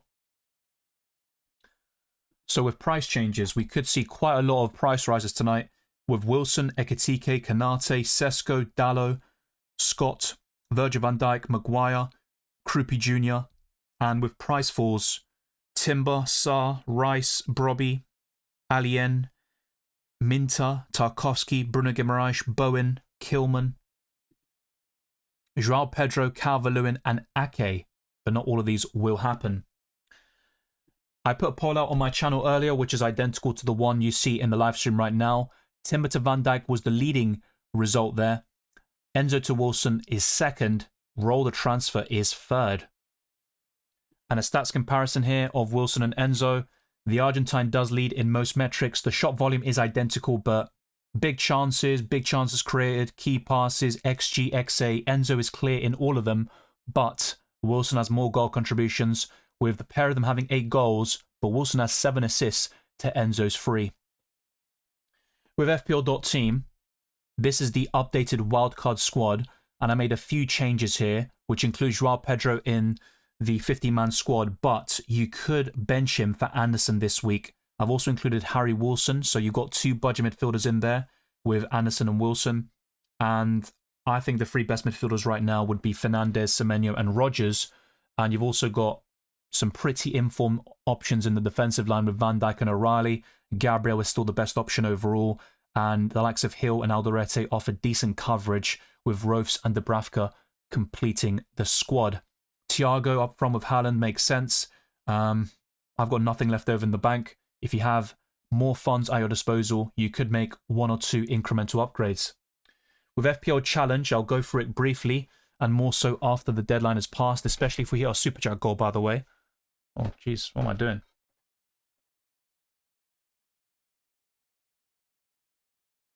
Dijk, Rodgers captain, Bruno Fernandes, Thiago and Haaland. So I've got 2 Villa players because this week it is called Midlands Clash. So double points are awarded for Wolves and Aston Villa players. You can pick up to 3 players per club with an unlimited budget. So people ask me about my scoreline predictions and such, so I'll show it one more time. Wolves 1, Aston Villa 2, Bournemouth 3, Sunderland 2, Burnley 1, Brentford 2, Liverpool 3, West Ham 1, Newcastle 1, Everton 0, Leeds 0, Man City 2, Brighton 1, Nottingham Forest 1, Fulham 2, Tottenham Hotspur 2, Manchester United 1, Crystal Palace 0, and Arsenal 3, Chelsea 1. So with the team weakness and highlighted player, I am focusing on Tottenham Hotspur, who are in a relegation battle at the moment. And I think one player who could really benefit from this fixture is none other then Harry Wilson on the right-hand side. The heat map aligns quite well with the chances conceded by Tottenham in the Premier League this season.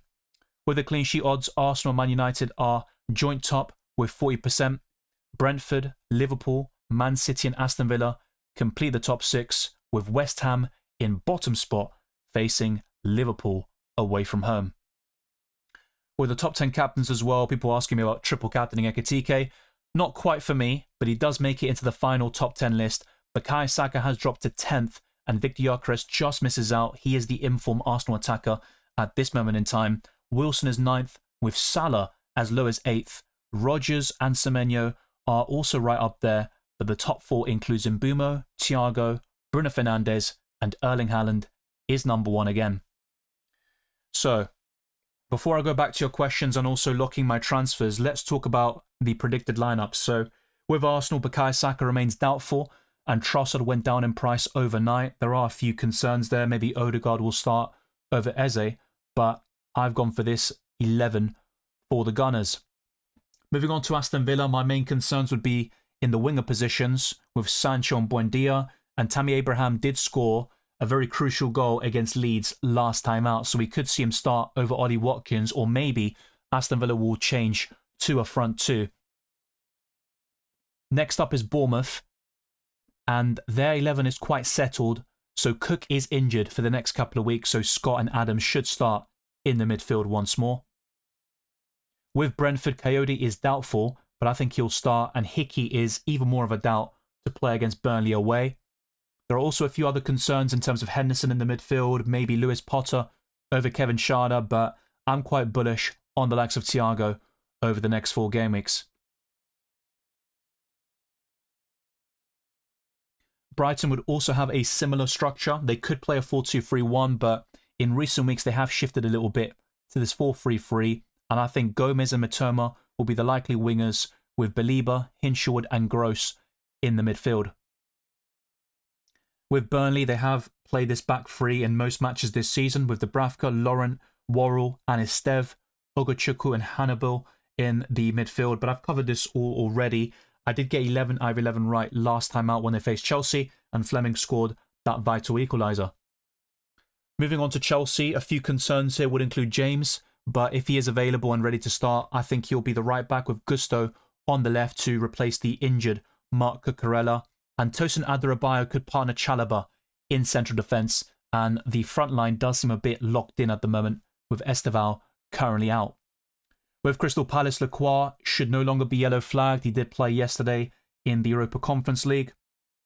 And apart from that, there are a few concerns. Maybe Yeremy Pino against Guessant and Hughes versus Kamada.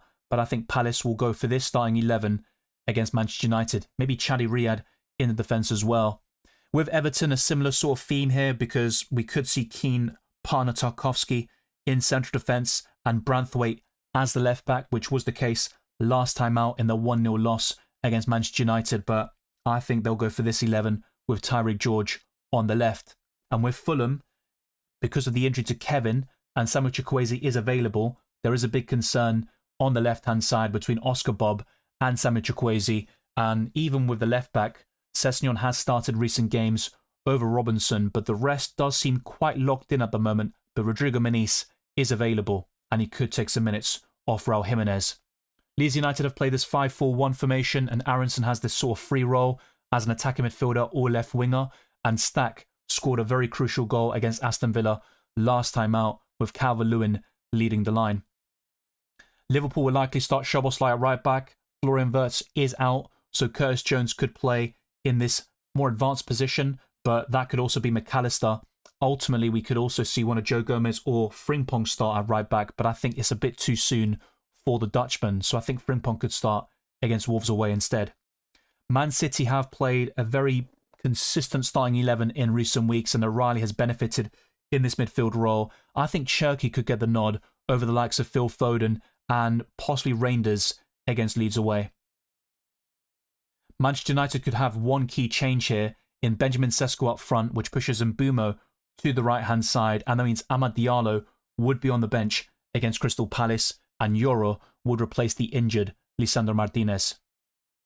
With Newcastle United, I've got multiple concerns here in terms of who starts, but I think they'll go for this starting 11. There is a chance for Botman and maybe Burn is the left back, but I think they'll go for this back line.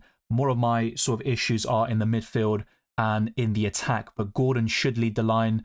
He had a 4-goal masterclass against Karabag last week, but yeah, Elanga versus Murphy, possibly even Jolinton against Ramsey and Willock would also be a concern, and Voltemada could start as an attacking midfielder. Nottingham Forest have a stable 11 as well, so only one change from my last predicted lineup with Igor Jesus up front. And I have corrected Tottenham Hotspur's 11. They've got 11 players, not 12, and it's between Pape Sarr and Bissouma to partner Gallagher, but we could see a shift to a front two, which accommodates Colin Moani and Solanke, and Bedra Borro could return to the starting 11 at right wing back. Next up is Sunderland, and they've got a few injuries here to Brobby and Mukiele, who are out for the next couple of weeks, so we could see Isidore up front and Gertruida, who is a centre-back by trade, play on the right. West Ham have also been very stable with their 11, and I don't anticipate any changes to their lineup. And the last team is Wolves, and pretty much what you would expect. Totti Gomez would be the replacement for the suspended Krejci, and it's between Chichawa and also Rodrigo Gomez for the right wing-back spot. And there's also a few other key issues in the midfield. So is it going to be Bellegarde or Joao Gomez? Based on recent performances and starting 11s, I think Bellegarde could have the nod. So there you go. All of that covered, updated and corrected. So yeah, a lot of information there for you. Drop a like, subscribe, hit the notification bell. We are building towards new goals like 39k on YouTube. A big up to Haribo for the super chat. Hopefully you're still in the building. Hi Dylan, I have to decide between Pedro to Thiago or Sarr to Dango or both for a -4 or maybe Munoz to Van Dijk. Good luck. All of the transfers are reasonable on paper. Even the Dango one I think could be quite appealing, but I'd probably do Munoz to Van Dijk to be fair. I think that looks like a really good transfer, not just for the next 4 game weeks, but also until the end of the season. So yeah, it does seem a bit strange though to have no Brentford coverage whatsoever, particularly with their attack against Burnley away, but I think what I'd possibly do here, I'm guessing you can't do Munoz to Van Dijk and then Pedro to Thiago for a -4. So interesting one, but I think in this scenario, what I'd probably end up doing is Munoz to Van Dijk, which is a bit boring, I guess, and template, but that's the transfer I'm most likely going to do, so it does influence my answer there. Raya, or is that Verbruggen? Raya. Well, you can see easy in the numbers on each team. So Palace is the one which is the highest. I think I've also done very well with Forest, Everton and Leeds. The teams I've predicted the worst are Wolves and Tottenham. And also Chelsea, I think. Those are my bottom 3, if you will. And we'll see the final list by the end of the season. Welcome, Dae. Good to see you. Hope you're well, mate. Bench one of Gabriel, Dallo, Senesi and Virgil, please. Gut says bench Gabriel, but his EO is scary. Yeah, and Arsenal are top of the clean sheet odds, which you might disagree with, which is fair enough, but I'd probably bench Senesi there. And he could still get 4 points because of Defcon. Ahmed says, hi Dylan, my team is Verbruggen, Munoz, Gay, Gabriel, Rogers, Semenyo, Wilson, Fernandez, Thiago, Strand Larsen, Haaland, Raya, Dewsbury Hall, Mukiele, Goodmanson, who to play and captain. I'd start Raya over Verbruggen, but I get it. You're starting Gabriel, so you're sort of hedging your bets a little bit. So I'm not completely against that. I think when you're starting 11, maybe start Dewsbury Hall over Strand Larsen, possibly. But that's really the only suggestion I would make there. If you do have a spare free transfer, you could consider something like Dewsbury Hall to Elliot Anderson and start him over Strand Larsen, or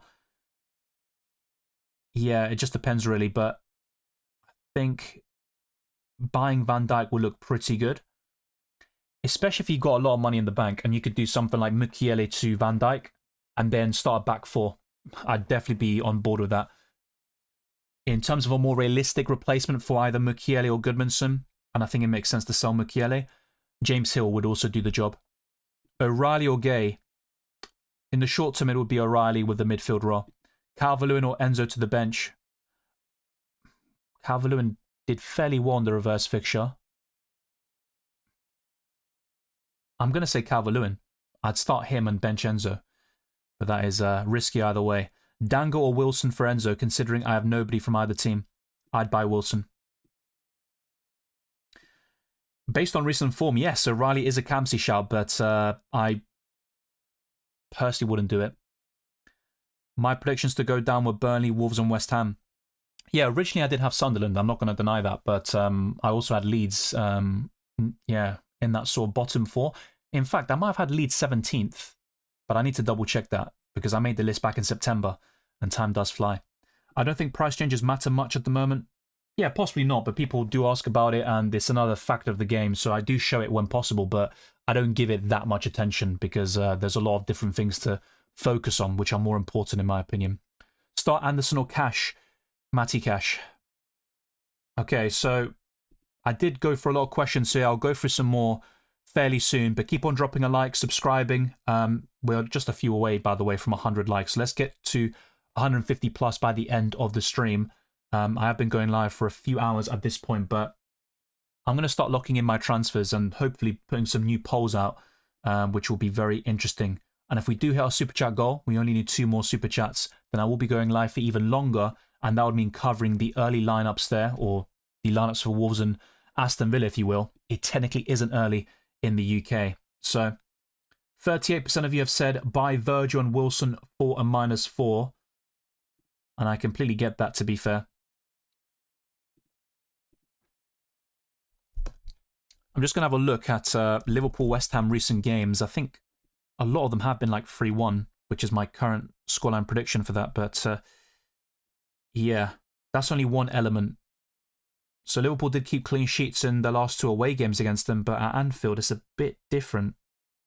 They have conceded in, yeah, most of their recent games there.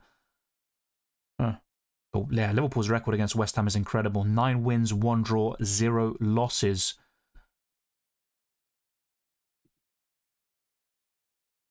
So yeah, that's interesting, to say the least.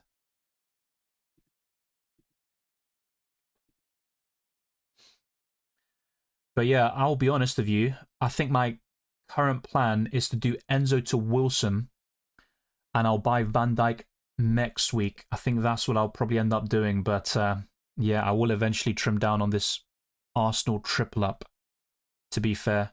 I could even start Anderson instead of Timber to hedge my bets a little bit and avoid the -4, which is probably what I'm going to end up doing.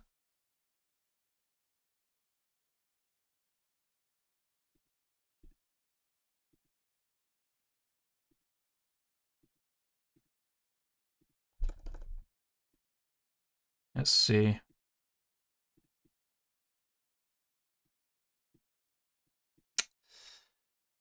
I'm pretty sure Van Dijk has scored against West Ham before. I'm going to have a quick look. Yeah, 1 goal, 1 assist. In 17 matches. 18 if you count the Carabao. Yeah. He actually scored against them last season at home in a 2-1 win. And the season before that at home, he got an assist in a 3-1 win. So yeah, he's... if you really think about the Premier League returns as well, the last home game before that, in 22-23, 1-0 win. The year before that, 1-0 win. So he has essentially returned in the last 4 home games against West Ham. Just saying, you know, just that's a different way of looking at it. You want to be a bit extra, which I'm doing right now. But I do think Timber's ceiling against Chelsea is probably a bit low. And Ben White is the Arsenal right back who has a great record against Chelsea, to be fair. I think what I'm going to end up doing is going to FPL.team to make my final decision. So let's go to FPL.team and focus on my squad. So this is the wildcard team. Mine is maybe not looking as sharp at the moment. So,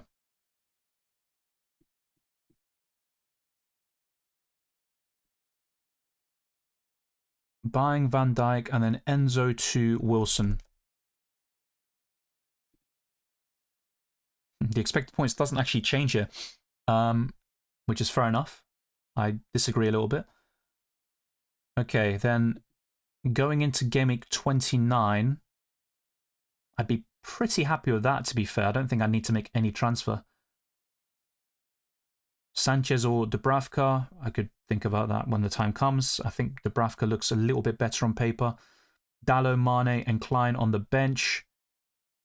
And yeah, when the time comes, I could also do something like Klein to Hill, and I could just do that even in 29, to be fair. Just to give me more squad depth. And with 1.2 in the bank, I could even upgrade Mane if I wanted to, but yeah, not so sure about that just yet. And then, let's say rolling here, I'd probably start Hill away to Burnley. I don't think Anderson's bad against Forest, though. And I'd probably bench Dalot. With captaincy as well, by the way, yeah, I'm quite happy with Haaland, but we'll talk more about that as we get close to those deadlines. Okay, for blank Game Week 31, assuming I wanted to maybe save the free hit for another blank or double, I could go for something like this and then have 2 free transfers. So I'd have 2 Arsenal and 2 City. Yeah, that's doable, I think. That's not too bad. I could sell Rice. I could start Anderson. And I could start Dalot. Yeah, bench Haaland, I guess. Okay, this is where things get interesting. So I could do Rice to Anderson. Elliot Anderson, who would face Tottenham away that week. Yeah, could get Defcon there. Okay, so then Anderson in for Semenyo. And then I could sell Mane to Joao Pedro. But yeah, maybe by that point the prices are going to be a bit crazy. But I could have that starting 11 and not use the free hit. And that was basically with just a -4 being taken this week. And then those transfers. But it's not going to be plain sailing like that and like, oh, that looks amazing, Dylan. Well thought out. Because even there are some holes. So 2 Fulham players against Burnley away. Looks decent. I've got Van Dijk away to Brighton. Hill and Fernandes facing each other. Also Dalot, part of that conversation. 2 Chelsea players against Everton away. Thiago away to Leeds. Anderson away to Tottenham. But that is a pretty decent setup. And then I could wildcard in 32. And then bench boost in 33, assuming we get that big double or bigger double in 33. I could free hit in 34. And then bench boost in, or I should say triple captain in 36, which is where Haaland could face Brentford and Crystal Palace at home. So yeah, kind of looking at it from that perspective, I'm pretty happy with the way things are looking. And yeah, it might just require taking a hit this week and getting things done. So yeah, based on that, and also that sort of research, a bit of in-depth one, looking at Van Dijk's recent returns against West Ham. So he has produced either a clean sheet or goal contribution in the last 4 home matches against the Hammers. He'll probably backfire this time, knowing FPL and the way it is. It's never that simple. But yeah, I think Van Dijk and Wilson for a -4 is probably the way to go. And I made a mistake last week. I should have maybe held on and not bought Semenyo just yet, but I thought he'd do well against Newcastle, so it is what it is, right? So yeah, Timber and Enzo to Virgil and Wilson. Let's just go for it, yeah. Kind of template, I guess, but let's see what happens. So there we go. I think that would also stick a little bit. Yeah, Haaland captain, Bruno Weiss, kind of standard stuff, really. Then it's just a question of starting Anderson or Dalot and Dubravka and Sanchez. So that's really what it comes down to. I'll have the transfer section ready just in case, but I don't expect to make any more moves. A -4 is already more than enough.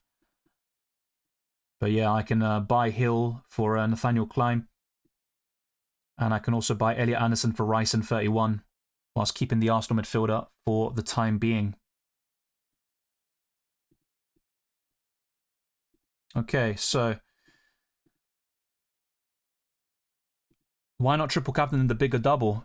Well, in a bigger double, you have more fixtures, more players with a double game week, and that means you'll probably have more doublers in your 50-man squad. So I think naturally you'd rather have that quantity compared to 36. We don't know what the doubles will be like exactly, to be fair, but it is more likely, based on what I've seen, that City will have Brentford and Palace at home in 36, and my plan would be to triple captain Haaland anyway when he doubles. So I think it would all play out quite nicely if it goes that way, but I'm also ready to adapt if needed. Bench Gay or Senesi? I would bench Senesi. Hey, would you bench boost Dubravka, Rice, Richards and Hill? No, I wouldn't. It's not a bad one, but probably not. Baraf, I'm not sure what you're saying here about ABC. A, I guess. I don't know what the context is, though. A for Arsenal, A for Argentina. There you go. Evening, Dylan. How are you doing? Pretty well, Alex. Hopefully you are doing well, too. Sydney says, hey, Dylan, hope you're well. Would you do Enzo and Chalobah to Wilson and Van Dijk, Enzo and Rice, Dorgu to Wilson, Dango, Van Dijk, or Palmer plus Dorgu to any midfielder plus Van Dijk? Feel like keeping Palmer will be differential. Yes, and I do like it for the Villa game, for example. I think Chelsea could get a decent result there, or at least score some goals. So, yeah, based on what you've said, there's something else. No worries there. So, yeah, bench Gay or Senesi? Yeah, I said bench Senesi. Can you give me a replacement for Evanilson? I have 7.7 in the bank. Well, Thiago's the kind of standard one who is out of form, quite template, but great fixtures coming up, and he has been fairly consistent all season. Thank you to MMA Charlie for the super chat. Yeah, I have been asked about IDs today. Not, you know, can I go into the pub? That kind of ID, no. Bloody FPL team IDs. All right, so we'll have a look. FPL.team. We're back to it for the second time today. So let's go into it. So that's my team, which isn't great. That's why I took a -4 hit, by the way. We can't find what we're looking for. Oh, I put the wrong team ID. I put like a minus sign. Yeah, bully Pratt. There you go. We got your team loaded. 2 free transfers. 0.1 in the bank. Okay, let's see if we have any context in the super chats. So, 34 points off the mini league. Need to get rid of Enzo and have a bad defense at the moment. Thank you. Okay. Short and sweet, you could say. You don't need to get rid of Enzo, in my opinion, but I did just sell him for a -4 to Harry Wilson because I'm an idiot. But, okay, so you want to get rid of Enzo Fernandez. Okay. Let's bring in Morgan Rogers. Okay, Saliba would also make way here. So this would be my sort of approach. Captain Haaland, Vice-Captain Fernandez. Esteve would be last on the bench. I would get rid of Saliba or possibly Hill. But, yeah, this is the thing, right? This could work fairly well for you. Start Hill over Richards. Put Lefay first on your bench. And then for Gameweek 29 with 1.1 in the bank, you could also make another upgrade to your defensive line. And that's where... What I really want to sort of help you achieve is get Virgil van Dijk. And also maybe Elliot Anderson over Lefay, because I do like your front three. You don't need to sell Joao Pedro necessarily. So, let's see. And also get Rodgers. If not, that's the thing though, you'd probably have 3 budget midfielders. As good as Elliot Anderson is, I don't think that's recommended. But, okay. Lefay to Anderson is like an option for you, but I think you might need to sell Joao Pedro then in order to get Van Dijk if you really want him. Yeah, buying Anderson against City, I mean, he probably will get DEFCON 4 to 5 points, but you don't need to do that in that week. But yeah, that's like an idea for you. And then going into Gameweek 30 and then 31, let's see. Assuming you want to navigate this without the free hit, but you do have 2 Arsenal, 2 City, and 1 Palace. So I think a free hit could be quite useful to you in such a week. But with free transfers at your disposal, you could make some upgrades or changes. But yeah, I think maybe in your case and your situation, maybe consider using the free hit in 31. But yeah, for Gameweek 28, I would buy Rodgers and maybe Hill. And then over the coming weeks, I'd recommend buying Van Dijk. And that could also require selling your goalkeeper to get the funds possible. So you could sell Raya to Rovs or something like that. But maybe that isn't that necessary because you've got Dubravka starting in 31 anyway. And you could keep Raya until the end of the season, double up on Arsenal when most people are getting off that defensive double up. And that could work quite handy for you. So yeah, looks decent. I'd consider that. Let me know if that helps you. But I do think those transfers are putting you in good stead there. Thanks as well to Haribo once more.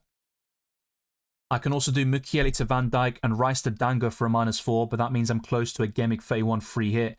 Also just took number 1 in my mini league and worrying about a -4. Yeah, I like the Van Dijk transfer. Big upgrade from Mukiele, who's injured anyway. Rice to Dango is a bit 50-50, and for a hit, that'd push me towards no. So, yeah, I just find a free way, if you will, of buying Virgil van Dijk. Joao Pedro to Thiago. For free, yes. For a hit, probably not. Start Ndai or Joachim Andersen. Ndai is on penalties, to be fair, but he has been underwhelming since returning from the African Cup of Nations. It's going to be Ndai. Enzo and Chalobah to Hill and Dango, sorry. Yeah, I guess so. If it's for free, then go for it. I'm not a massive fan of Dango, but as a differential, promising fixtures, good data, I understand the appeal. I'm just not really as bullish on him as others are. Timber or Hill? I'd go for Timber this week, who I just sold, so he's probably going to do something. 2 to bench out of Gabriel, Saliba, Cash, Munoz, and Hill. Cheers. Saliba on the bench, and it's between Munoz and Hill. I would probably bench Munoz. Szoboszlai or Mbumo for Enzo? I'd rather buy Mbumo. Itum Lad says, hi Dylan, my team. Free transfer, 0 in the bank. Thoughts? Yeah, so you've got some good players in here, but I think the midfield's a bit concerning because you've got 2 Man United midfielders, which is fine, but then you've got 3 budget midfielders. So I think that area could be improved on, and it might require a downgrade elsewhere. So, for example, I like Joao Pedro still. You don't need to sell him, but something you might want to consider is downgrade him to Krupi Jr. or just a budget forward. You can do something like Mukiele to Van Dijk, or just Timber to Van Dijk and then sell one of those budget midfielders, mainly I'd say Ghana, or I'd say Tavernier out. Despite the good fixtures coming up, I'd sell one of those two and go to Semenyo. That'd be my recommendation to you. Yeah, I covered this question already. You already have Thiago, fair enough. I mean, you can go for Joao Pedro, but buying him in now is a bit awkward. So, unless you're downgrading to just a cheap striker to fund other moves, my advice is to keep Ivanosen this week, sell to Joao Pedro in 29 when most people are selling Joao Pedro. I think you can do quite well against Villa. Thank you, MMA Charlie. Hopefully, well, I'm glad to hear that it helped, and hopefully it results in some points gained. I was going to get Van Dijk this week, but your route makes more sense without taking -4s. Yeah, I do like the Van Dijk route, to be honest, but I'm just considering how you would get him later on, but it probably requires a downgrade elsewhere, like Joao Pedro. My captain is probably going to be Erling Haaland. Quite boring, I know, but yeah, this was somebody else's team. So I did make 2 transfers. I bought in Harry Wilson and Van Dijk for a -4, which further compounds the stupidity of selling Wilson last week, I guess. But there you go. So over 500 of you have voted, which I do appreciate, and 38% have recommended the -4. The second highest voted option is Enzo to Wilson for free, and in third is Timber to Van Dijk. Only 11% of you have suggested rolling. So probably goes to show, it's like a subtle way of saying your team is crap, which is fair enough. I think the Red Arrows recently do suggest that. Maguire or Gabriel start? Harry Maguire! No, it's going to be Gabriel. Timber to Van Dijk for a -4. that's pretty much what I've done. Long term, I'm going to say yes, especially if it helps you navigate blank Gameweek 31 without the free hit chip. Do you think Verts will be ready for 31? For 31, yes, but then again, Arne Slot said he doesn't know what the injury is. Kelleher or Martinez? For this week, it's going to be Martinez, but I've gone for both teams to concede. So, yeah. Barring any injuries or suspensions, if I take the Wilson, Dango, Van Dijk route, I'll not make any transfers until 32. Which sounds great on paper, but yeah, as you say, that's barring injuries and suspensions, which are almost inevitable in FPL. Szoboszlai 9% ownership, I would not captain him. He could also play a right back today, which is very likely. Well, easy, you can see the timer. 4 minutes until the deadline, so it's at 1:30. What times am I living in? 6:30 PM in the UK. I couldn't choose which player to buy, so thought I'll let you choose with options. Mate, you could have just asked me to flip a coin. That would have been probably better. Or maybe a dice. So you could say 1-2 is A, 3-4 is B, 5-6 is C. Yeah, I like rolling my dice. Would you avoid buying Semenyo? Not really. I bought him last week, and with hindsight, I would have probably have kept Wilson and sold Enzo to Semenyo this week. So the answer to your question is no.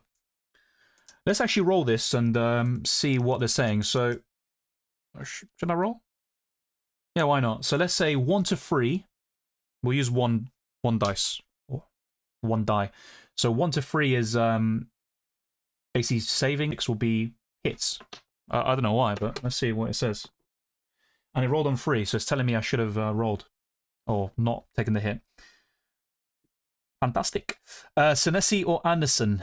Start 1. Probably Senesi. But I've gone for both teams to concede twice, so. Start Gabriel, Rice or Jimenez? Just 1. Gabriel. Start Tavernier or Krupi Jr.? Krupi Jr. Senesi or Anderson covered. Saka, Salah, Palmer, expensive players that are disappointing.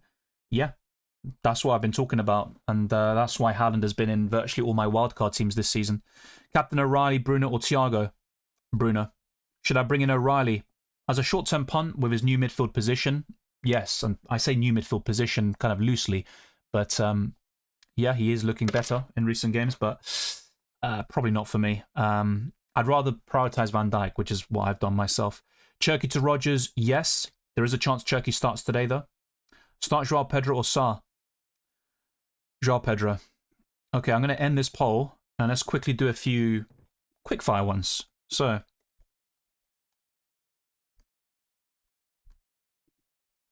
let's do Sanchez and Dubravka question. I'm sure you have this infamous duo, which isn't great. Senesi or Rice? Rice. Hill or Chow? I'd start Chow this week. I have Van der Ven and Hill. I need to start 1 from Timber, Cash, Van Heck.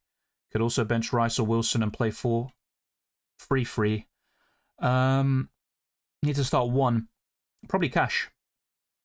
I would start Timber over Van der Ven, though. Yeah. It also prevents a clash in your squad, right? Because you've got Wilson. Captain Ekitike, he's 7th in my list. I think there are better options elsewhere, but against West Ham, a Liverpool attacker could be decent. I've gone for a 3-1 Liverpool win. Sell Timber or Rice? Sell Timber. Hi Dylan, how about bench boosting this week? My squad. Rovs, Dubravka, Gabriel, Van Heck, Hill, Kanate, Van der Ven, Anderson, Semenyo, Bruno Fernandes, Rice, Cherky, Haaland, Thiago, Joao Pedro. It's a decent 50-man squad for this week, but I'd probably save it. In my case, I'm looking at Gameweek 33 for the bench boost. We've just got under a minute left, so be sure to lock in your squads. Start Jimenez or Rice. I'd start Jimenez, but it's worth bearing in mind I don't like Jimenez long term. He's in good form, decent record against Tottenham, but I wouldn't go out of my way to buy him. Thanks for the help. Would you start Tavernier or Krupi Jr.? Krupi Jr. You're welcome, and thank you very much. Anderson or Joao Pedro? Joao Pedro. Bench Pedro or Anderson? Defender. I'd bench Anderson. Start Chow or Joao Pedro? I'd still start Joao Pedro because of the high ceiling. He also scored in both games against Arsenal last season. O'Reilly or Hill? This week, I'd start O'Reilly. I have 5 free transfers, but I don't have a wild card. well, you don't need to use all 5 transfers at once, but you could use a few of them to sort of match wildcarders. Just bear in mind there are plenty of blanks and doubles on the horizon. Bench 1, Virgil van Dijk, Anderson, Senesi, Gabriel. I would bench Anderson. Timber or Vandenberg? I'd still start Timber. Start Joao Pedro or Calvert-Lewin? Calvert-Lewin. Dubravka or Rofs? Well, the deadline's passed now, but I would have started Rofs. So Dubravka was just about the winner, 54% of the votes. But yeah, keep on plugging away at the likes, subscribe, hit the notification bell, the hype button, share this as well with those that love FPL and UCL fantasy. But yeah, that is it. We have reached the deadline. Thank you very much to everybody. Let's end this poll as well, by the way, and let's see what people would have said for Anderson versus... Yeah, probably, in this case, Dallo. Okay, no, the poll is still going for some reason.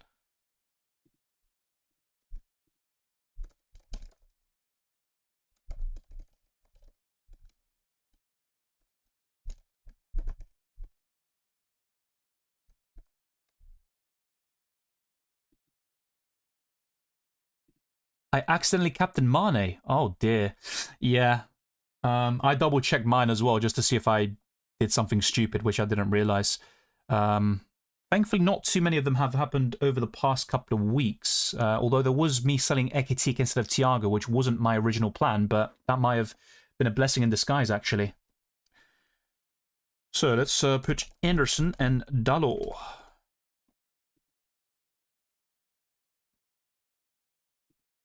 But yeah, good luck, Yanni. Always good to see you. And commiserations to Olympiakos, but hopefully we do see you again in the Champions League next season. And that's not taking the piss, by the way. I'm being genuine. Let the games begin. Locked. Exactly that. Good luck to you. Thanks, Dylan. Good luck for this game week. Likewise, Justin Nicholas, thank you very much. Let's go Semenyo. From an FPL perspective, yes, but yeah, I want to see you to drop some points. That'd be nice. Who to start? Gabriel, Cash, Chalobah, Chow, Anderson. I would have started Gabriel, Cash, and Chow. Rice to Enzo. No, I wouldn't have sold Rice to Enzo. The day you sell Enzo and Timber, they will start performing. Yeah, but they're facing each other. On paper, it's unlikely they'll both return. If they both score, then a bit of bad luck there. Start Vicario or Dubravka? I would have started... I think Dubravka still. Vandenberg or Timber? Timber. Sorry, I meant Virgil van Dijk, says Musi. Let's see. What was the question? Oh, instead of Van de Ven. Yeah, fair enough. Yeah, definitely start Van Dijk. I prefer Timber over Hill, personally, but yeah, I would have gone for Van Dijk, Timber, and Cash. But yeah, that's fine. I think you have a decent defensive line. Start Timber or Richards. Timber. Bruno captain. Good luck, Dylan, and everyone. Likewise, Raja, and yeah. Hopefully Bruno does outscore Haaland, even though that doesn't really help me FPL-wise. O'Reilly or Hill? O'Reilly this week. You are closed indeed. On the app, on the website, on all of them. Locked in teams one on the worst wildcard decisions in recent years. Ooh, yeah, well, I wish you the best of the wildcard, and hopefully it brings a lot of green arrows and, yeah, returns. Wow, 62% of you have opted for Anderson over Dallo. Maybe I'll regret that. I got O'Reilly for Timber and Captain Thiago. Yeah, I wish I kept O'Reilly in hindsight and didn't buy Timber, but it is what it is, right? These things can happen. Thiago captain's interesting. He's third on my list, and it's about time he delivers. Forgot to change captain from Virgil to Haaland. Hopefully it's a blessing in disguise, and Virgil scores, big return, and Haaland blanks and City drop points, but then I wake up. Thank you, I just checked and it was Haaland, not Mane. That's good. And to be fair, Mane should not really be anywhere near your starting 11, but watch me say that and he's going to score now. Good luck, Dylan. I bought in Dango and Van Dijk for Timber and Rice. The same goes to you, Sudindra, and I still like Rice, but Timber is definitely disposable now. Gay or Joao Pedro? I would have started Joao Pedro still, higher ceiling. I think with Gay, you're probably looking at 6 or 7 points. I said or, by the way, so not that stupid meme. Time flies faster. Are you happy with your performance? FPL wise, no, I'm not happy with my performance, even with UCL Fantasy, but with the knockout phase playoffs, 2 green arrows, so I can't really complain. Change Gay for Joao Pedro in the last second because you picked him many times. Yeah, I would rather just go for Joao Pedro over Gay. Just higher ceiling, to be honest. Last game, I had Wilson, Hill, and Van Heck on the bench. This week, I'm benching Hill and Van Heck, and I know there will be points there. It hurts. Squad depth has its pros and cons, right? And sometimes you're just going to leave out some pretty decent returns. I sold Wilson, and the week before that, I sold O'Reilly. So, yeah, we're looking at like 30-plus points lost on my transfers. A bit unfortunate, but it's the way the game goes. Thank you, Manco. Happy Friday to you as well. Took a punt on Rice to Semenyo. That makes sense. Although I like Rice, I think Semenyo's an upgrade for the next 3. I have a transfer plan for him in 31. Please rate my transfer. Yeah, pretty solid. I'm looking at selling Rice in 31, possibly to Anderson, and that would be part of my sort of transfer ideas for navigating blank Gameweek 31 without the use of the free hit, potentially. Hoping Van Dijk scores 3 and assists at least 2. Yeah, well, I think that's even more unrealistic than what I said about City dropping points, Haaland blanking, and yeah, Van Dijk scoring, but it is what it is.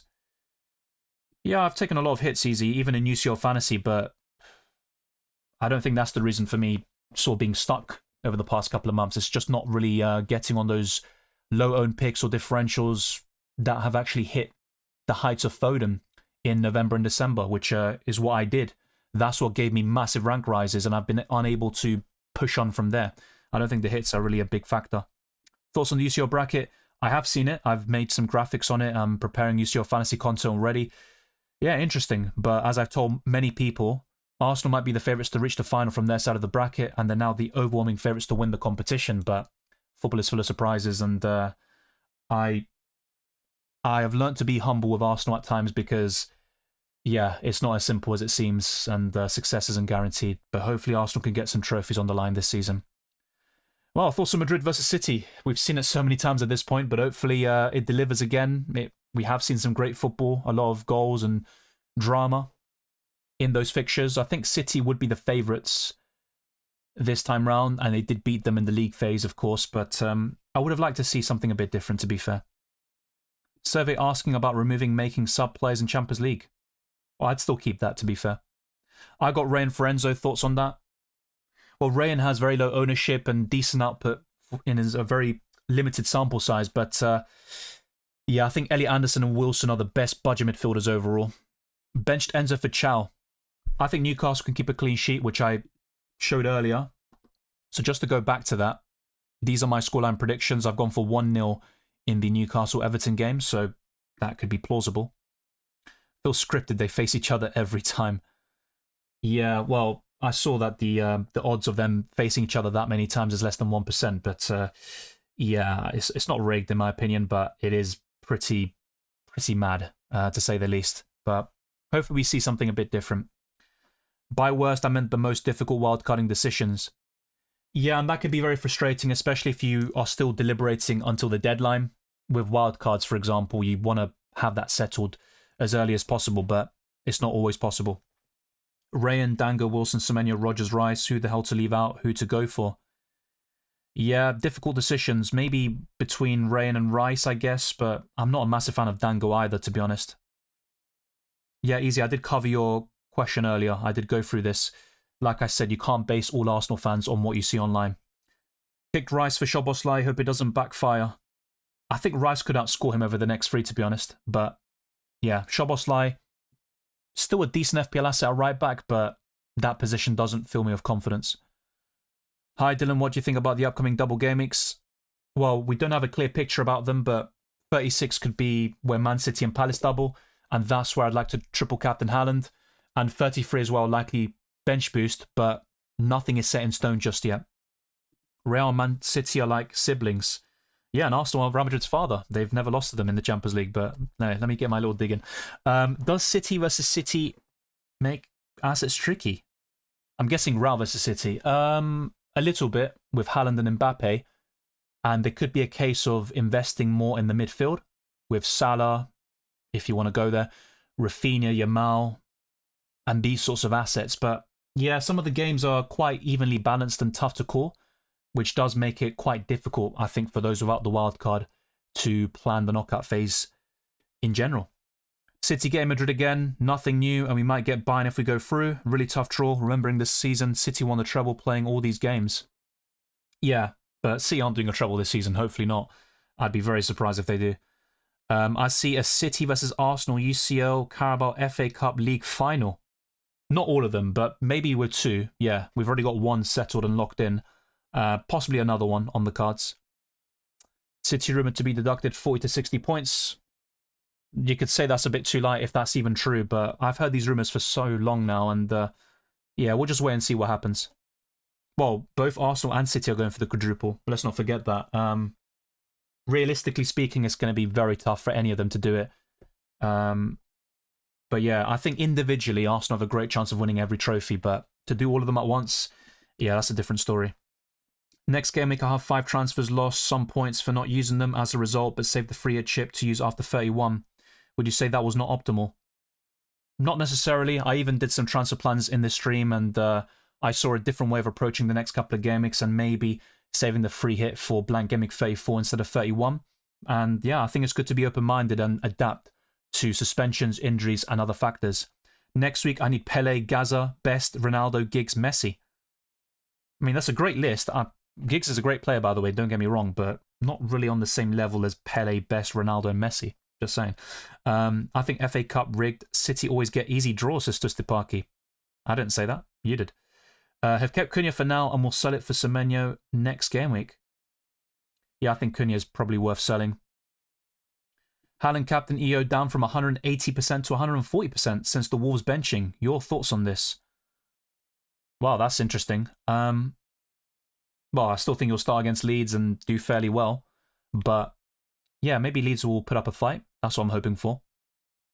Well, Arsenal have faced Bodo Glimt before and they beat them quite easily, but different sides, different times.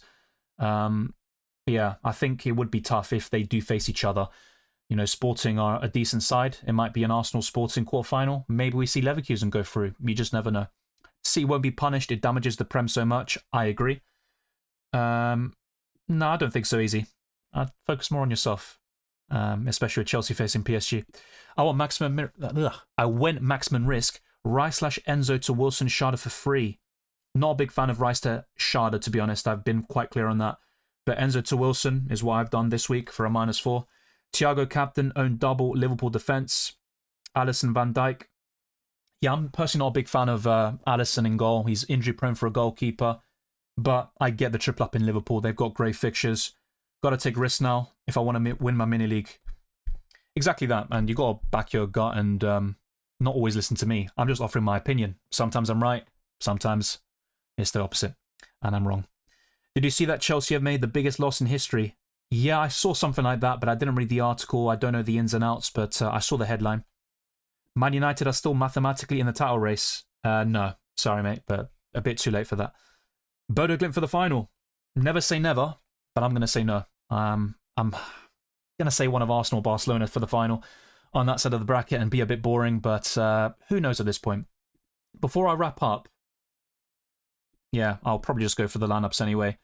The Wolves and Leeds, but yeah, after this I'm going to have a cuppa. I'm a bit hungry as well. Let's go to...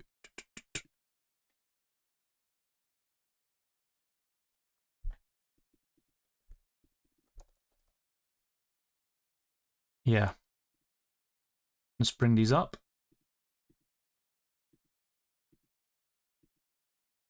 And after that, I'll show you my FPL challenge team as it stands. And to be honest, I never really change it.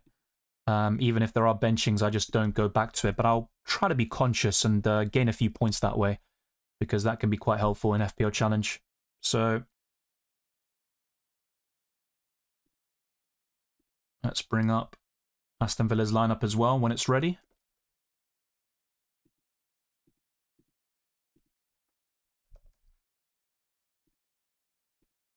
Okay, should it just be, yeah, just a few minutes then. And a lot of people did ask me about the captaincy, so I'll let that also play out. This is my final top 10 list. So Saka in 10th, Wilson, Salah, Ekitike and Rodgers just outside the top 5, which consists of Semenyo, Mbumo, Thiago, Fernandes and Erling Haaland at the number 1 spot. But it's not maybe clear-cut as it usually would be.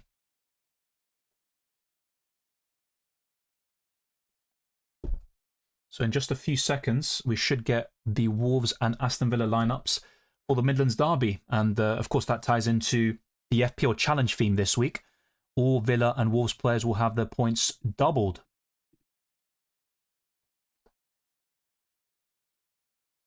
Okay, so I've got Wolves' lineup.